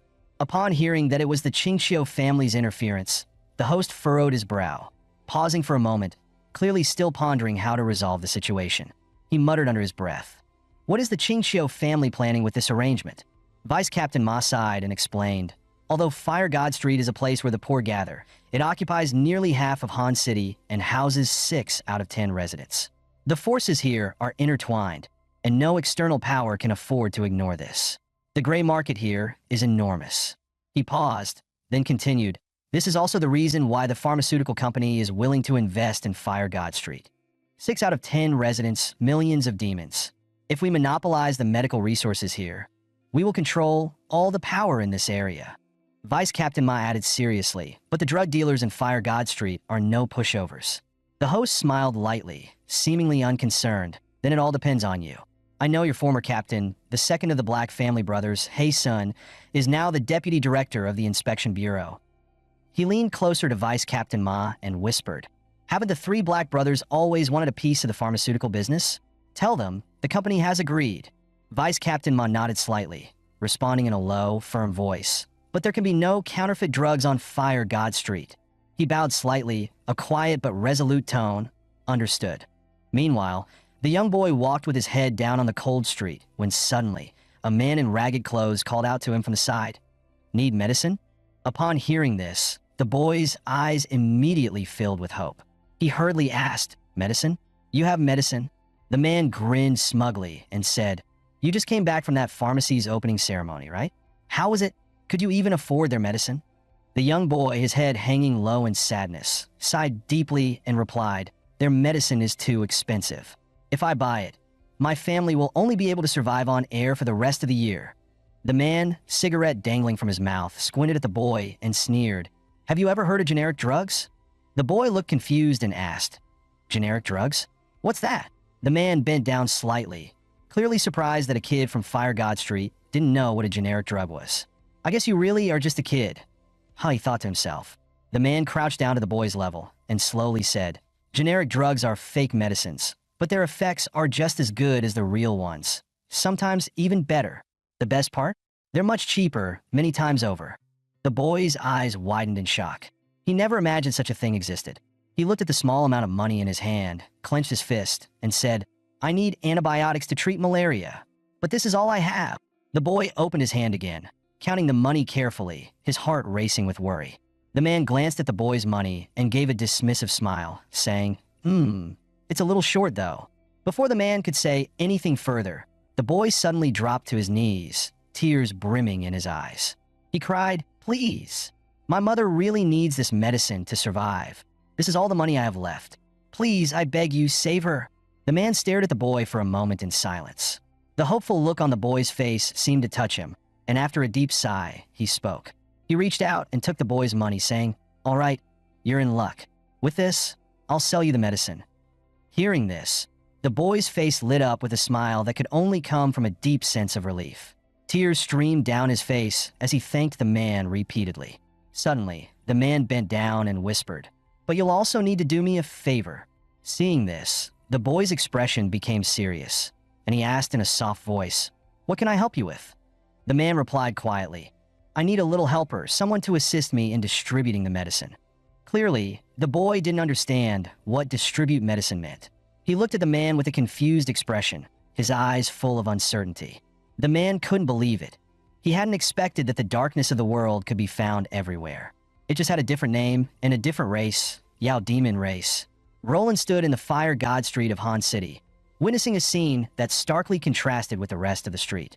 Here, not only could he see numerous homeless demons, but poverty and darkness seemed to fill every corner.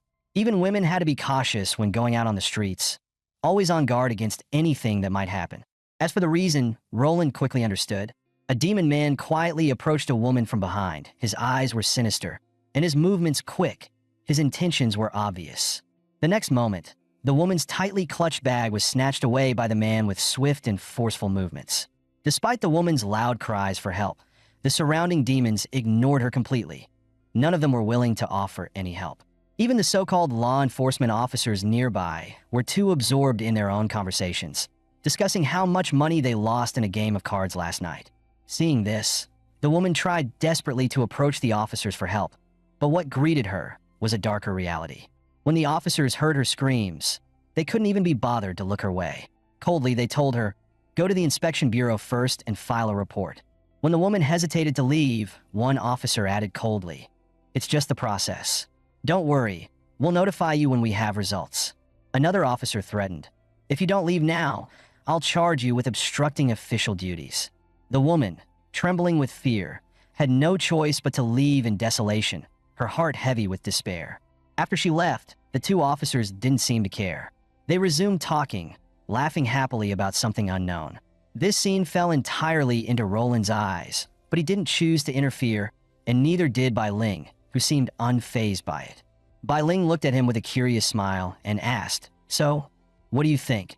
Isn't the sight of Fire God Street interesting?" What else could Roland say? He could only smile helplessly and reply, "So this is Fire God Street, huh? Quite an eye-opener." Meanwhile, the boy took out a bottle of wind-cold remedy and quietly said, 50 demon coins, 8 pills. The man didn't hesitate at all and immediately paid for the medicine without a second thought. The boy had tried to buy malaria antibiotics from the nine-headed bird pharmaceutical store last time, but was rejected. Forced into a corner, he had to turn to the fake drug dealer. Though his money was still insufficient, the drug dealer still gave him the medicine on the condition that he would work as a medicine boy for a while, helping to sell fake drugs. Once he paid off the debt, he could decide whether to take or leave the remaining money for the medicine. Watching the man who just bought the medicine leave, the boy couldn't hide his joy and said excitedly, "I made 8 sales today." He was hopeful, thinking that at this rate, he would soon be able to pay for his mother's medicine. Meanwhile, the man who had just bought the medicine got into his car and said to the people inside, "It's done, I got the medicine." The driver asked again, "Are you sure it's the real medicine? Is it genuine?" The man took the medicine out, showing it with a smirk, and said, "It's all set. The stolen goods are in hand. We can notify the captain to arrest them now." However, the boy had no idea that the fake medicine he just sold would soon cost him his life. The nine-headed bird pharmaceutical store, aiming to monopolize the medicine market in Fire God Street, had teamed up with the patrol team to use the street vendors as an example to strike fear into others. Meanwhile, Roland and Bai Ling arrived on the street. The boy immediately started pushing his drugs, assuring them that his medicine was cheaper than what the store offered. Roland felt a bit confused and turned to Bai Ling, asking, "I've seen people selling vegetables on the street, but I've never seen anyone selling medicine like this. Do people here in Fire God Street buy their medicine like this?" Roland asked the boy again, "Kid, this medicine isn't fake, is it?" The boy chuckled and replied, "Hey, it's true, the medicine is fake, but it works just as well, and it's several times cheaper. The medicine at the store is real, but you probably can't afford it." Bai Ling was also surprised to see how rampant the fake medicine market was on Fire God Street. It was astonishing that so many people were willing to buy it. Fake medicine? Roland asked, even more confused. What baffled him even more was that Bai Ling seemed to know all about it without the slightest surprise. Bai Ling patiently explained, "Do you know how much medicine the millions of residents on Fire God Street need every year? In the past, this place was full of chaos, and no legitimate pharmacies dared to set up shop. But this year, it seems like some pharmaceutical group has its eyes on this fat piece of meat. With such high profits, who wouldn't want a piece of the pie?" Roland immediately asked, "Does this also include your Qingxiu clan?" Bai Ling smiled slightly and replied casually, In my opinion, it's only natural for the Qingqiu clan to control Fire God Street. After all, Han City was founded by our ancestors. After saying this, Bai Ling teased Roland, saying, "If you were to come here, you'd become the representative of the Qingqiu family in this place." Roland pretended to feel a bit embarrassed, smiling faintly, unsure of how to respond. Just then, a police car suddenly stopped beside them, and a large group of officers quickly jumped out. Their target was the boy who had been selling drugs nearby. The boy looked at the police in terror as they, without a word, landed a heavy punch on him. Then, they grabbed the boy by the hair, seemingly waiting for something. Roland frowned slightly at the scene and asked, "What are they doing?" In contrast to Roland's confusion, Bai Ling remained calm and explained, "This is the patrol team of Fire God Street." Roland was stunned after hearing this. The brutality of this patrol team was even worse than the prison guards of Xianwu country. He had never seen such unscrupulous law enforcement. Bai Ling told him to stay quiet for now, as their leader had arrived. Soon, a black car slowly drove up. Inside, there was a man and a fierce tiger. The tiger's eyes were full of menace, and the car exuded an air of authority that even overshadowed the white-collar vehicles nearby. Upon seeing this, one of the subordinates of Ma Tianba, the deputy captain of the Fire God Street Patrol, immediately started flattering him, repeatedly calling out, "Captain, Captain." Ma Tianba, hearing this, frowned slightly and corrected him, "Call me deputy captain." However, the subordinate seemed to misunderstand the title and hurriedly responded, "In my heart, you're the captain. Anyone else being captain is nonsense compared to you." Ma Tianba, hearing his flattery, couldn't help but feel a sense of pride, his chest swelling with arrogance. After that, he adjusted his expression, becoming serious, and walked over to the boy. Roland, seeing Ma Tianba's imposing manner, couldn't help but ask Bai Ling, "Who is this guy?" To his surprise, Bai Ling didn't seem to care at all and clearly didn't recognize this minor character. Ma Tianba approached the boy, looking down at him with a gaze filled with contempt, as if the boy were nothing more than a bug on the ground. The confused boy, frightened, asked, "Why are you arresting me?" Ma Tianba pulled out a strip of medicine from his pocket and coldly asked, "Is this your medicine?" The boy, though surprised, didn't yet realize he had fallen into a carefully laid trap. Just then, a man standing behind Ma Tianba spoke coldly to the boy, "Kid, you're caught red-handed. Better confess now." At this moment, the boy realized he had been set up. It was all a trap to bait him in. He hurriedly denied, "This medicine has nothing to do with me." Ma Tianba sneered and said, "Whether it's related or not is not up to you.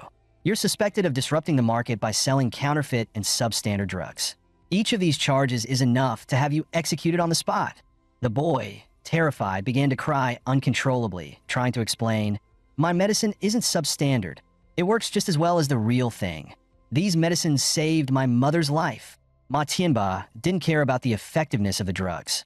He focused on the inconsistency in the boy's words, coldly asking, "So, you're admitting these drugs are yours?"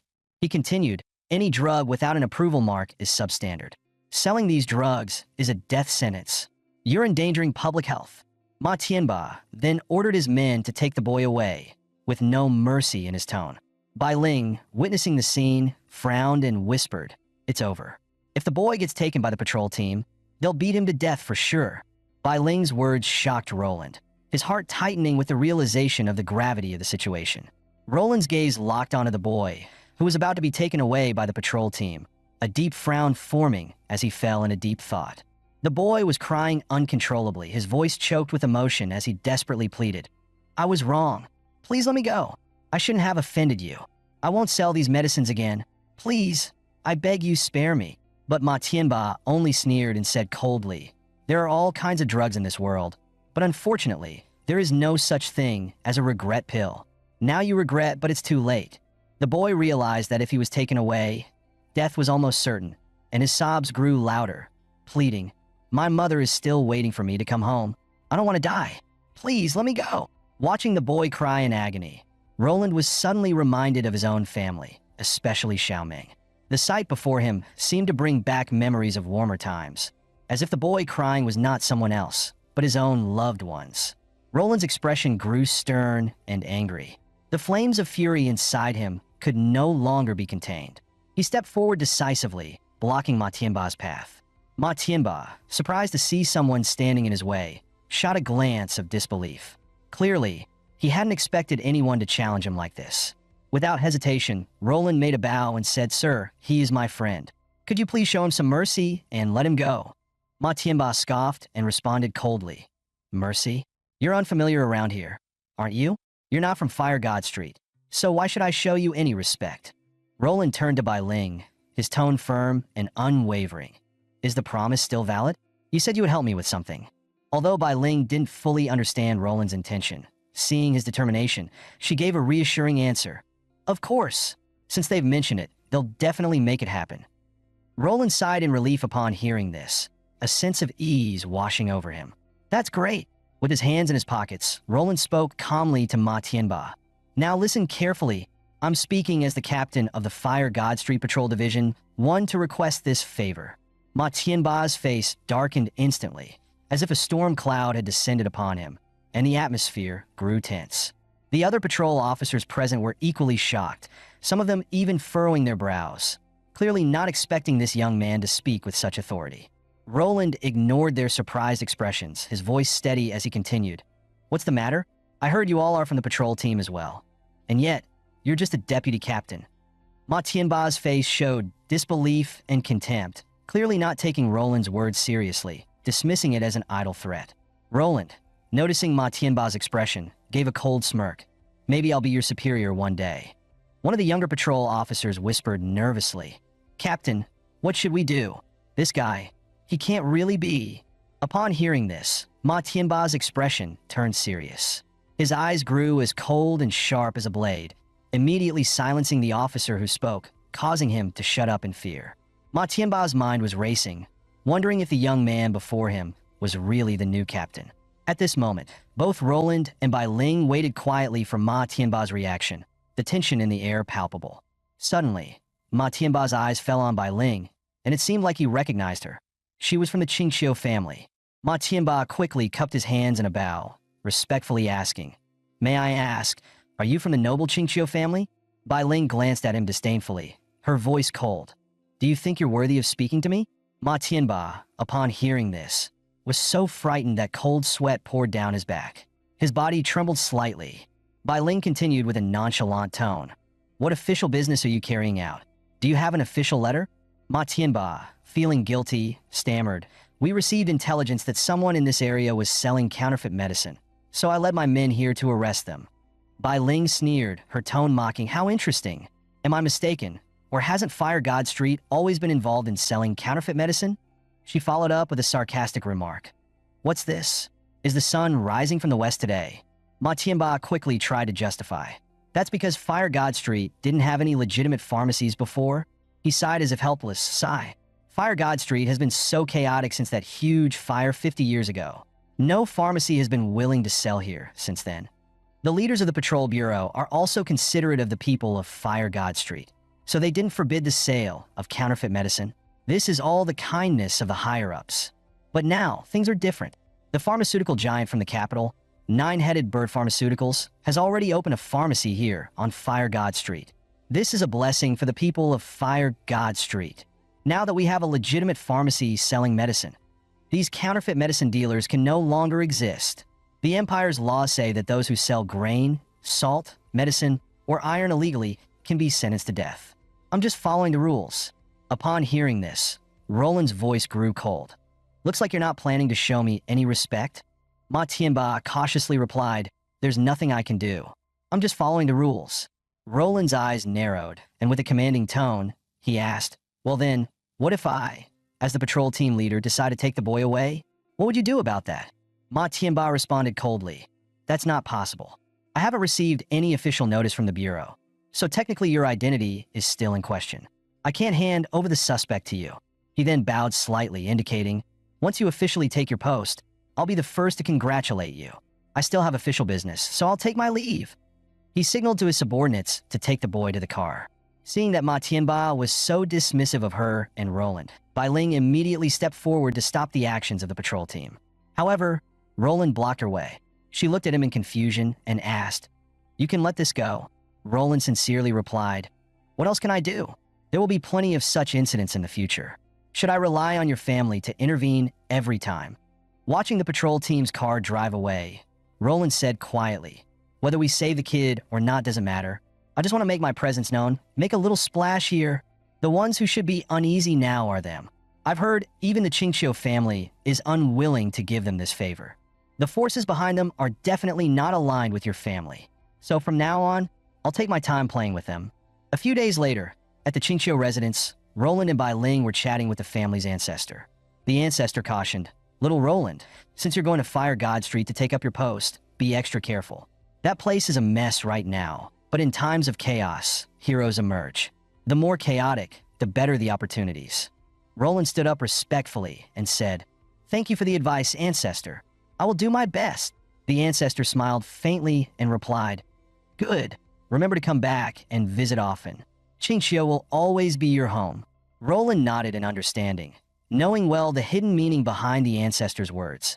It was both an expectation and silent approval for his future actions. The butler stood outside the Qingqiu family master's study, reporting in a low voice, "Master, Roland is leaving now. The director has already been notified. Would you like to meet him?" The Qingqiu family master did not even look up, disdainfully saying, "No need to meet him. He's just a small fry that hasn't even made a splash yet. Not worth my time." He sneered and added, "If he wants to rise, he'll need to prove his worth first. Let's see if he can stir the waters of Fire God Street." Outside the Qingqiu residence, Bai Ling laughed lightly and said, "I have to admit, I admire you a bit. Fire God Street is a den of danger. I didn't think you'd actually go." Roland smiled slightly and replied calmly, "Not all 1 million residents of Fire God Street are demons. If they can survive, so can I." Bai Ling placed a hand on his shoulder, her tone encouraging as she said, "Don't worry, everything's arranged. There's someone waiting for you over there." Roland's eyes flickered with curiosity. "Who is it?" Bai Ling gave a mysterious smile, teasing, "You'll know when you meet them."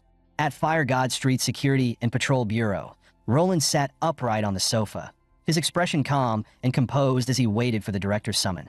When he entered the director's office, Roland respectfully reported, "Director, Roland reporting." The director of Fire God Street Security and Patrol Bureau, Zhao Wuji, looked at him and said, "Not bad, kid. You look sharp." Zhao Wuji picked up Roland's profile and carefully read through it. Roland, 21 years old, 70 kilograms, 180 centimeters tall, from Mo City, parents' whereabouts unknown. Aside from this basic information, the director noticed that the rest of his details were completely blank. Roland nervously explained, "I've been making a living in Xinwu Kingdom all this time, so there probably won't be any records of me here." The director nodded, clearly accepting his explanation, and added, Yes, I've heard about you. You're the one who saved the young lady of the Qingqiu family, right?" Roland awkwardly lowered his head and replied, "It's hard to say who really saved who." The director looked at him with a slight smile. "I have some connections with the Qingqiu family, so you don't need to be too nervous." The director then changed the topic, asking, "Can you use firearms?" Roland honestly replied, "I wouldn't say I'm good at it, but I'll practice as soon as I can." The director didn't dwell on the firearms issue. Instead, he said lightly, "You're the captain of the first squad now. Remember to get along well with your team members." Roland wasn't entirely sure if there was hidden meaning in the director's words, but he nodded, indicating that he understood. The director's expression suddenly turned serious. He continued, "Fire God Street is special. It's officially under Han City's jurisdiction, but it also has a lot of autonomy. The population here is diverse, and the mixed ethnicities lead to frequent violent incidents. The environment is very complicated. Sometimes, a single spark can set off a chain reaction, so you must be very careful. As a patrolman, you need to fully adapt to this place." Roland replied seriously, "Don't worry, Director. I'm here to help reduce your troubles." Upon hearing his response, the director nodded with satisfaction and said, "Good. In that case, I'll be watching to see how things go." The director's expression became stern, and with a hint of warning in his voice, he said, "But let me remind you, no matter who you are behind, you have to follow my rules here. If you become a problem one day, I won't hesitate to deal with you." Roland nodded, indicating that he understood. The director informed Roland that his subordinate was waiting outside to take him to the first squad. Just as Roland walked out of the director's office, a voice suddenly called out, "You're finally out." Roland turned around and was surprised to see the person there. "How is she here?" It turned out to be Jie, who smiled and said, "Captain Roland, from now on, I'll be your subordinate." Roland, curious, asked, "Aren't you one of Bai Ling's maids?" Jie told him that she was also born and raised in Fire God Street. She knew this place very well, having grown up here. Jie suggested taking Roland out for a walk, showing him around Fire God Street to get familiar with the area. She said, "My brother used to be a patrol officer here, so when I was a child, I often came to Fire God Street. I know every corner of it." Roland, more curious now, asked, "Your brother was a patrol officer? Then how did you end up becoming Bai Ling's maid?" He was genuinely curious, as being a patrol officer in Fire God Street could come with some benefits, and it seemed strange for her to end up in this situation. Jaeyu suddenly fell silent, her expression darkening, and she softly said, "My brother is dead." Roland, confused, didn't quite understand what she meant by that. Jaeyu didn't say anything more, just lowered her head and remained silent. Seeing her expression, Roland asked, "Did I say something wrong?" Jaeyu shook her head and said, "No, it's not that. If you hadn't mentioned it, I might have forgotten that I even had a brother." Roland paused for a moment and said, "It seems like you and your brother didn't have a good relationship." He then added, "If you want, I can call your brother out for a meal. I'll treat him and help ease the relationship between you two." But Jie Yu's eyes darkened further, and she spoke in a quiet, sorrowful voice. "No, my brother disappeared years ago. He was involved in an operation and hasn't been heard from since. He left us, and we haven't had any news of him since." Upon hearing this, Roland's expression became serious and understanding. He couldn't help but reflect on his own past, how he had also carried out dangerous spy missions. If those missions had failed, he might never have been able to see his family again. Jay thought that Roland had also lost family members. But Roland didn't elaborate, only saying that he had witnessed many farewells and losses since he was young. He comforted Jie by saying, "Don't dwell on the painful things. If you don't mind, I can be your older brother from now on." Jie was taken aback for a moment. Then a smile appeared on her face, and she happily said, "Then I'll be relying on you, big brother Roland." After that, Jie grabbed Roland's hand and started leading him outside, planning to show him around. As they walked, Jie introduced the layout of the place, including the locations of the archives, the medical room, and the armory. When they passed by the armory, Roland was shocked to see the guns inside, surprised that a patrol bureau in a slum area could have such an impressive arsenal. Jie smiled and explained, "Although Fire God Street looks like a slum, there's a lot of gray area business here, with various gang forces. Every year, they give the patrol bureau a pretty hefty donation." She continued, "All that money is used to strengthen the patrol bureau's firepower, so we can keep those gangs under control." Roland nodded, understanding that it made sense.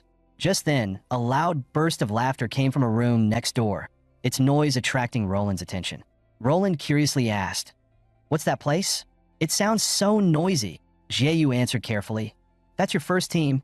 Roland was stunned, his expression filled with shock. For a moment, he couldn't quite process what she had just said. He stood at the doorway, watching the team members casually playing poker. One of them glanced up and asked, "Captain, is that new guy really going to be our boss?" Without lifting his head, Vice Captain Ma replied indifferently, "Yeah, what else?" Immediately, someone declared their loyalty, insisting they would only follow Vice Captain Ma, even urging him to go all out against Roland. Vice Captain Ma's gaze darkened slightly as he said slowly, "Don't worry, Director Hessen is already aware of this. I've worked my ass off for years. Even if I haven't made great achievements, I've put in the effort. This captain's seat, it has to be mine. It can only be mine." His subordinates nodded in agreement, pledging their full support. Just as he flicked away his cigarette, he looked up, only to see Roland standing at the doorway, expressionless, staring coldly at them. Seeing this, he immediately straightened up, just about to greet Roland, only to catch sight of Vice Captain Ma. In an instant, he found himself caught in an awkward dilemma. Vice Captain Ma also stood up, the corners of his lips curving into a smirk. "Welcome, a warm welcome to our new captain." With a snap of his fingers, he called out, "All team members." Instantly, the room filled with applause, but beneath the surface, there was an unmistakable tension. Roland's gaze was cold as he surveyed the room. "Vice Captain Ma, are you trying to put me in my place?" Ma feigned innocence, scratching his head casually. "How could I?" "Captain, you're overthinking things." Suddenly, Roland's eyes sharpened as he called out a name. "Qian Si." His voice was calm, yet carried undeniable weight. "You've been here 5 years, still just a frontline fighter making $400 a month. You've got a blind mother and 2 younger sisters. This job is your lifeline, isn't it?" Qian Si froze on the spot, completely at a loss for why Roland was bringing this up. But Roland didn't wait for an answer. His voice rang out again, cutting through the tension. And the rest of you, Zhao Hu, $320 a month, 3 kids to feed. Wang Chong, $280 a month, a disabled father who makes a living running a street stall. His gaze grew sharper, his tone unwavering. Right now, those who stand behind me are my brothers. If I have meat to eat, you won't be left drinking soup. But if you stand against me, he paused, a cold smile forming at his lips, then you're my enemy. And as captain, I have plenty of ways to deal with my enemies. As his words settled, the entire room fell into a suffocating silence. Cold sweat beaded on the foreheads of the team members, none of them daring to make a choice. Qianxi glanced at Vice Captain Ma hesitantly before softly calling out, "Ma Ji." Roland's eyes turned cold as he spoke calmly. "Gentlemen, I don't have much patience." Qianxi clenched his teeth, took a deep breath, then bowed deeply to Vice Captain Ma in apology before slowly stepping behind Roland. Vice Captain Ma's expression darkened, his gaze sharp as a blade. "Qianxi, you've got some guts." The ever-serious Roland finally showed a faint smile. Qianxi is a smart guy. He knows there's no future in following a vice captain. He then swept his gaze across the room and continued. "Anyone else?" Zhao Hu and Wang Chong exchanged glances.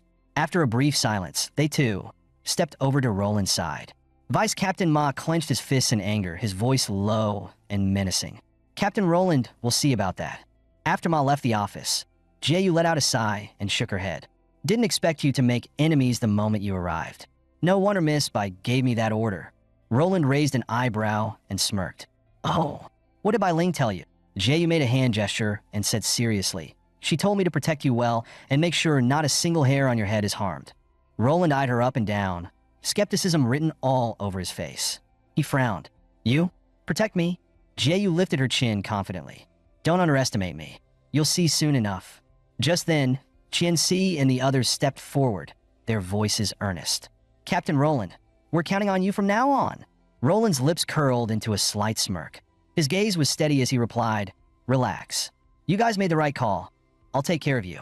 Qianxi was about to warn Roland to be careful of Vice Captain Ma, but before he could speak, Roland seized the opportunity to probe for more details.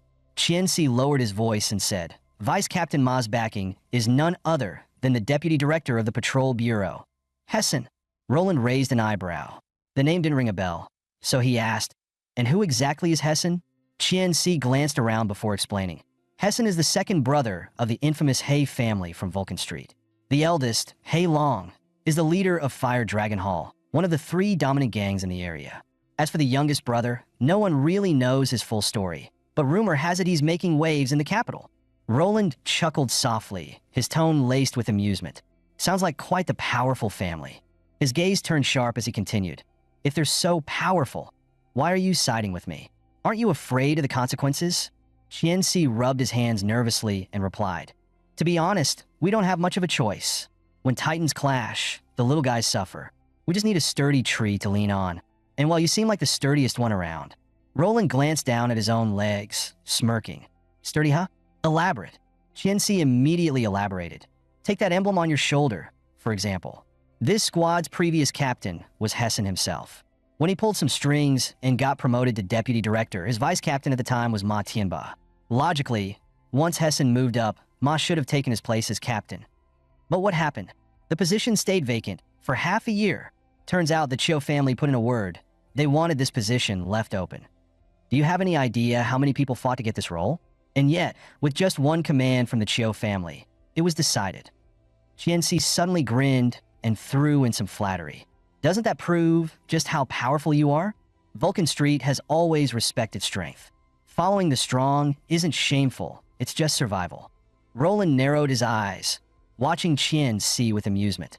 "So, what you're saying is if I ever lose my power, your lot would turn on me in an instant?" Qianxi shrugged, completely unfazed. "Of course. That's why we're all hoping you never fall from the top." Meanwhile, Vice Captain Ma strode into the deputy director's office. He wore a look of frustration as he complained, "Boss, you personally promised me that captain's position." Hessen glanced at him with an unreadable expression. "Promise? I don't recall ever making such a promise." Ma's face stiffened, a mix of nervousness and disbelief flashing across his features. Taking a deep breath, he asked cautiously, "Boss, are you really just handing that position over to that kid?" Hessen's gaze darkened slightly as he spoke in a flat tone. The Chiu family has spoken. There's no room for negotiation. Now, the real question is, can we pull that kid over to our side? Ma's eyes widened in shock. You want to recruit him? Hessen let out a dry chuckle. He has the Chiu clan backing him. If we win him over, we can leverage their power. Ma frowned, puzzled. But the Chiu clan and the nine-headed bird faction aren't exactly allies. Hessen exhaled a puff of smoke from his cigar, his gaze deep and calculating. Of course I know that. My goal is to drag Roland into this conflict. Elsewhere, Roland and Jie stood in front of a rundown house, her choice for his new residence. Roland took one look at the dilapidated walls and the scurrying rats, momentarily speechless. Jie, fully expecting his reaction, shrugged. I know what you're thinking, but this is the best you can get for the price you set. I went through several places before settling on this one, she added, a hint of exasperation in her voice. Truthfully, she was puzzled, a squad captain of the patrol unit. Yet he was only willing to spend this little on rent? Roland replied indifferently, I've had it rough before. I need to save up now.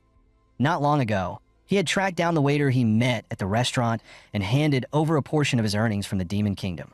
He had asked the waiter to exchange the money into Xinwu coins and wire it into an account in the Xinwu Nation.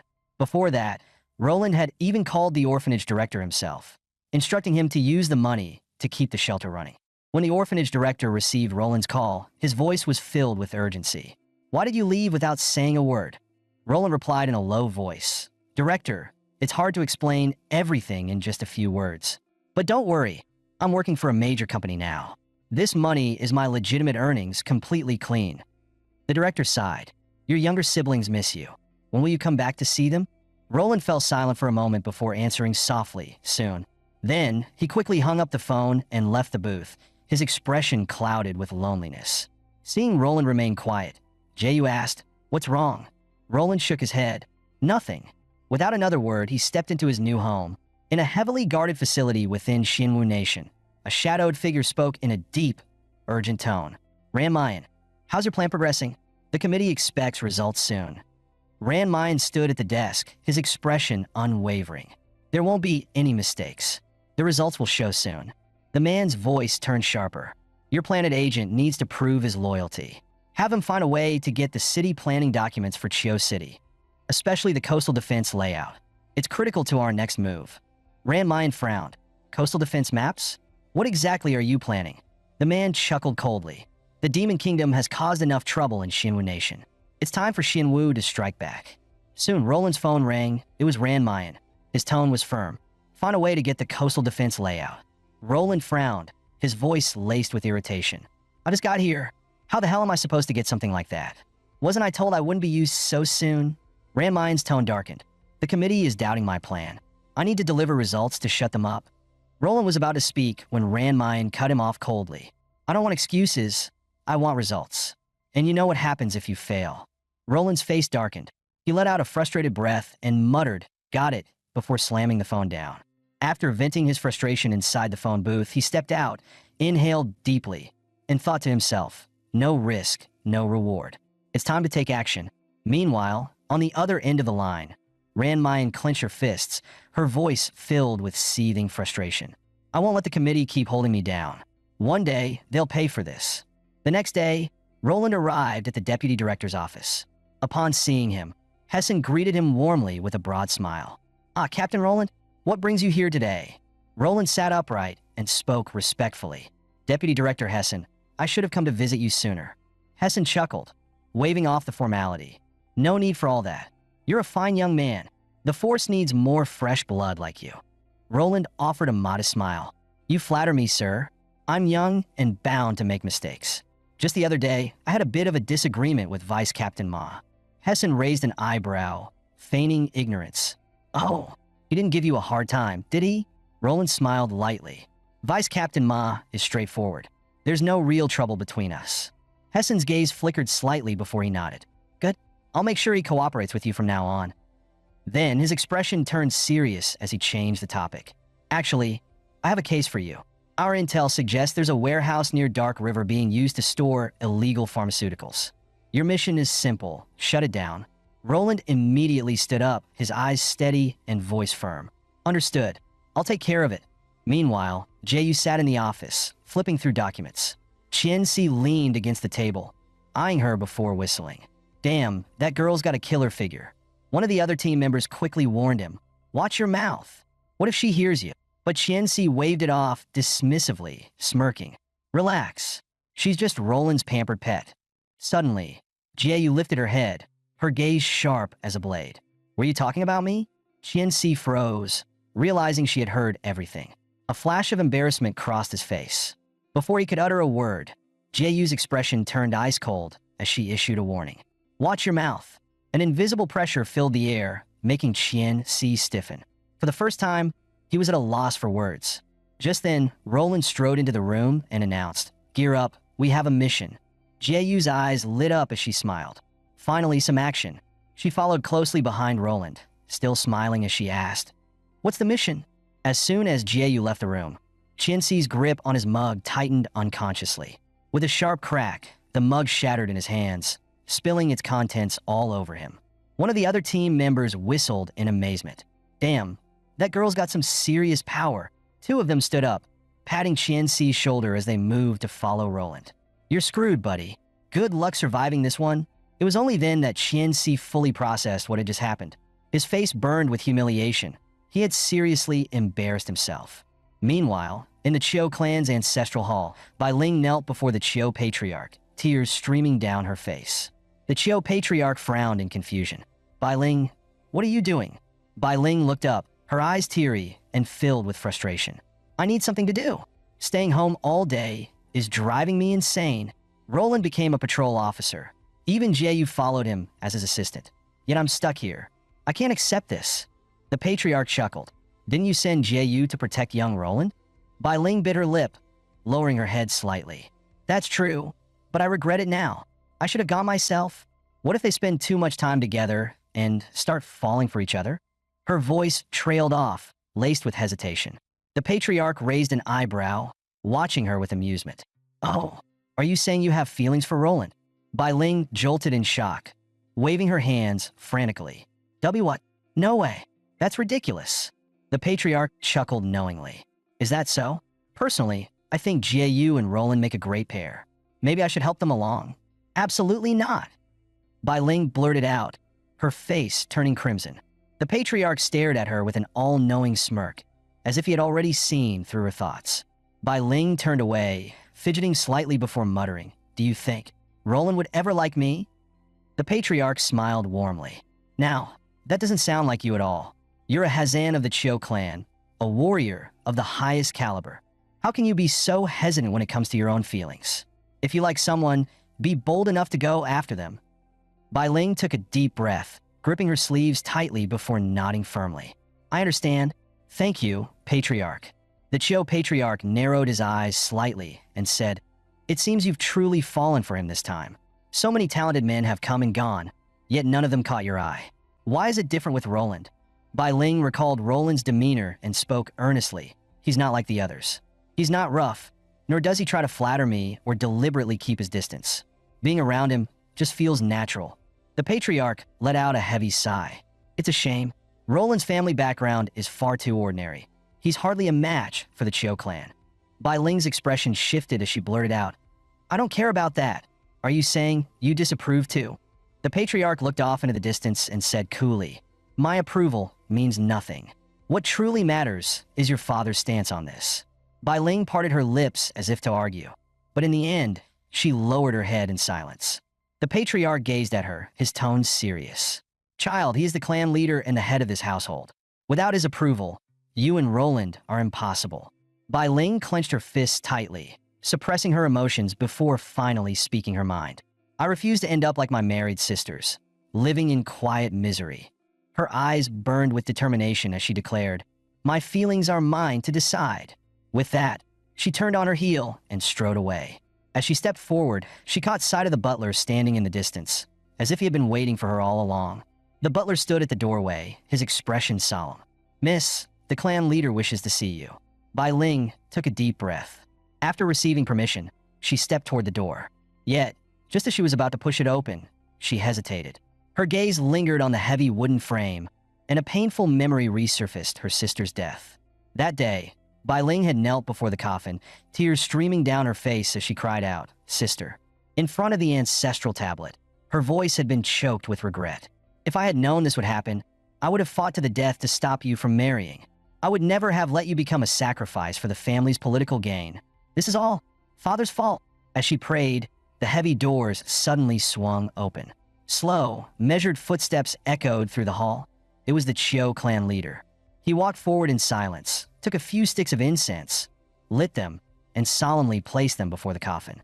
Bai Ling turned her head slightly, her voice laced with coldness. "There's no need for this hypocritical display." The clan leader remained calm. "She was my daughter too." Those words ignited something in Bai Ling. Her grief and rage erupted as she shot to her feet. Tears streamed down her face as she screamed. If you hadn't forced her to sacrifice herself for this family's interests, she wouldn't be dead. The clan leader glanced at the coffin, then at the tablet bearing Chiu Miao's name. He let out a long, heavy sigh. This was her fate. Bai Ling's breath hitched, her voice shaking. "That's all you have to say?" His expression was unreadable as he spoke firmly. This was her destiny. She was born into the Chiu clan, and this was the path she had to walk. Bai Ling's hands clenched into fists, her voice trembling with fury and sorrow. "Why?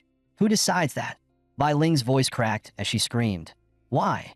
Why was my sister never given a choice? She obeyed you, respected you, and yet, this was her fate.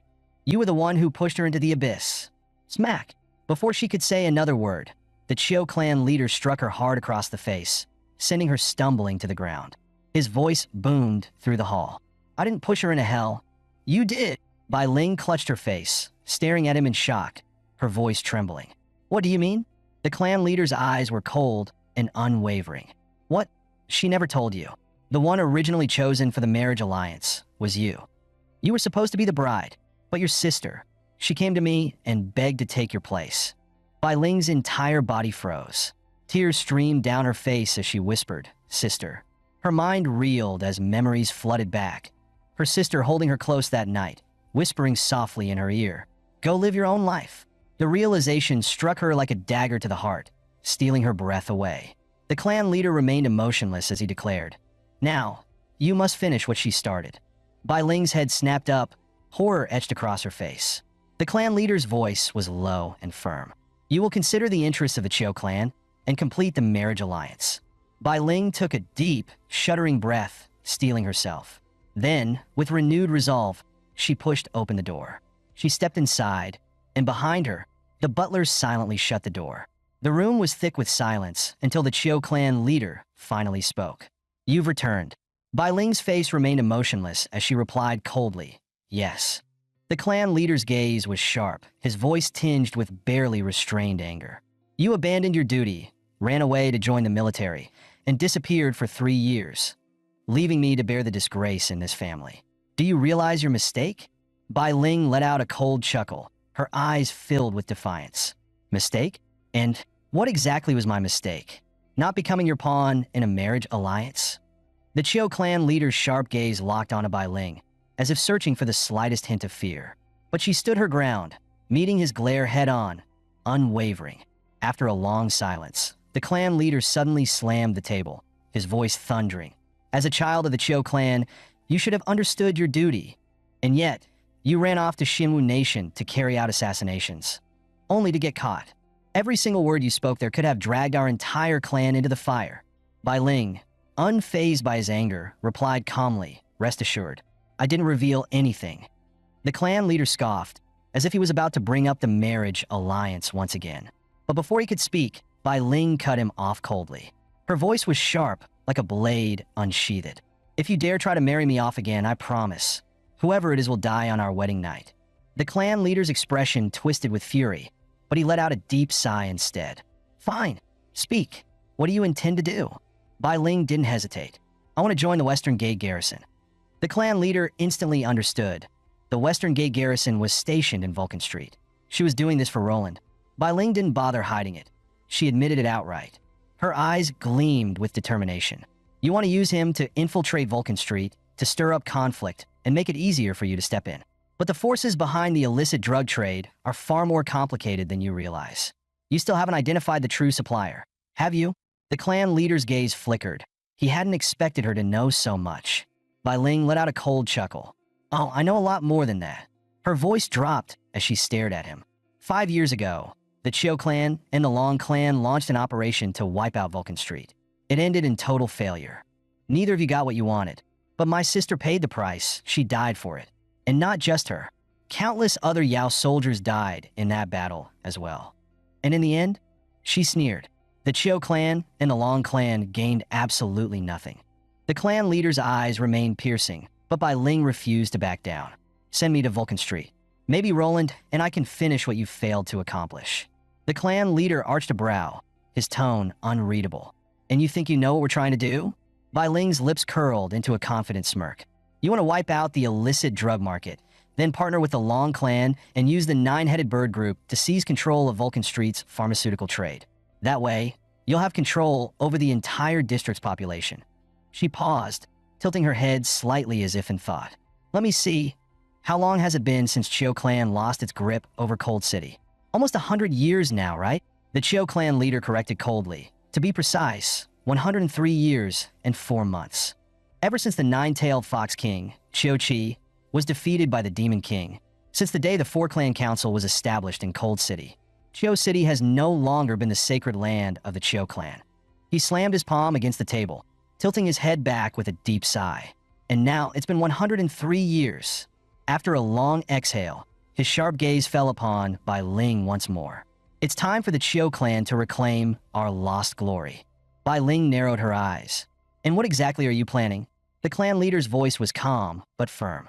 You'll know soon enough, but not now. As for the Western Gate garrison, you have my approval. Bai Ling smirked slightly, knowing she had achieved her goal. She turned toward the door. In that case, I'll take my leave. But just as she was about to step out, the clan leader called out to her.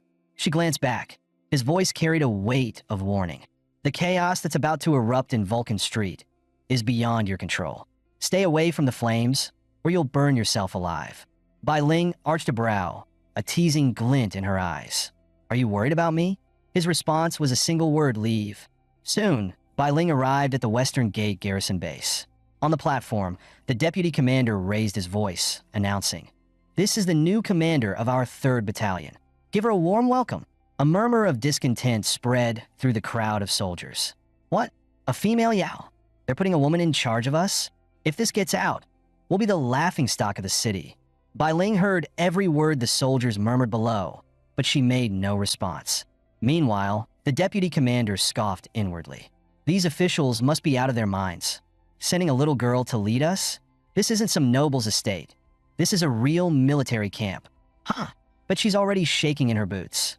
Suddenly, Bai Ling turned her sharp gaze toward him, her voice calm, yet cutting. If I'm not mistaken, this is your way of giving me a welcome. A little hazing, perhaps? She looked down at the soldiers, her expression unwavering. The 3rd Battalion of the Western Gate garrison. I've heard you're nothing but rejects and troublemakers from other units. I take it you've already chased off a few commanders with these little games? A smirk tugged at her lips. Too bad. This time, you're in for a disappointment. With a casual stretch, she rolled her shoulders and cracked her knuckles. Enough talk. Let's settle this with our fists. Her gaze locked onto one man. She raised a hand and pointed. You, Deputy Commander. The man hesitated for a split second before forcing a chuckle. Commander, what are you suggesting? Bai Ling's voice was cool. Simple. We fight. If you win, I walk away. But if I win, every soldier here will follow my orders without question. The deputy commander quickly waved his hands in mock protest. Now, Commander, with those skinny arms and legs of yours, I'd be in trouble if I accidentally hurt you. He laughed, trying to ease the tension. Besides, if I win, I'll be the biggest joke in camp. How could I ever show my face again? Bai Ling's smirk deepened, her voice laced with mockery. You're a big guy, but you sure act like a coward. Is this how things are done in the Western Gate garrison? If he wouldn't make the first move, she would. Without another word, she launched herself forward, her attack swift and ruthless. Her fist shot toward his face with lightning speed. The deputy commander's expression changed, and he barely managed to dodge in time. Yet, even with his quick reflexes, a thin cut appeared on his cheek. Blood trickled down. The soldiers below gasped in surprise. What the hell? She actually landed a hit? Some, however, scoffed, muttering, he must have let his guard down. Then, the jeering started. Come on, deputy. You're not going to lose to a woman, are you? The deputy commander's face turned red with fury. He clenched his fists and roared. You crazy bitch. You actually hit me? Bai Ling sneered. What, you thought this was just a friendly spar? Her eyes gleamed dangerously as she added. I suggest you fight me seriously unless you want to die. That was the final straw. The deputy commander let out a furious bellow, his veins bulging as he launched himself at her, eyes bloodshot with rage. Since you insist, Commander, then don't blame me for what happens next, he roared, his fists surging forward like a storm.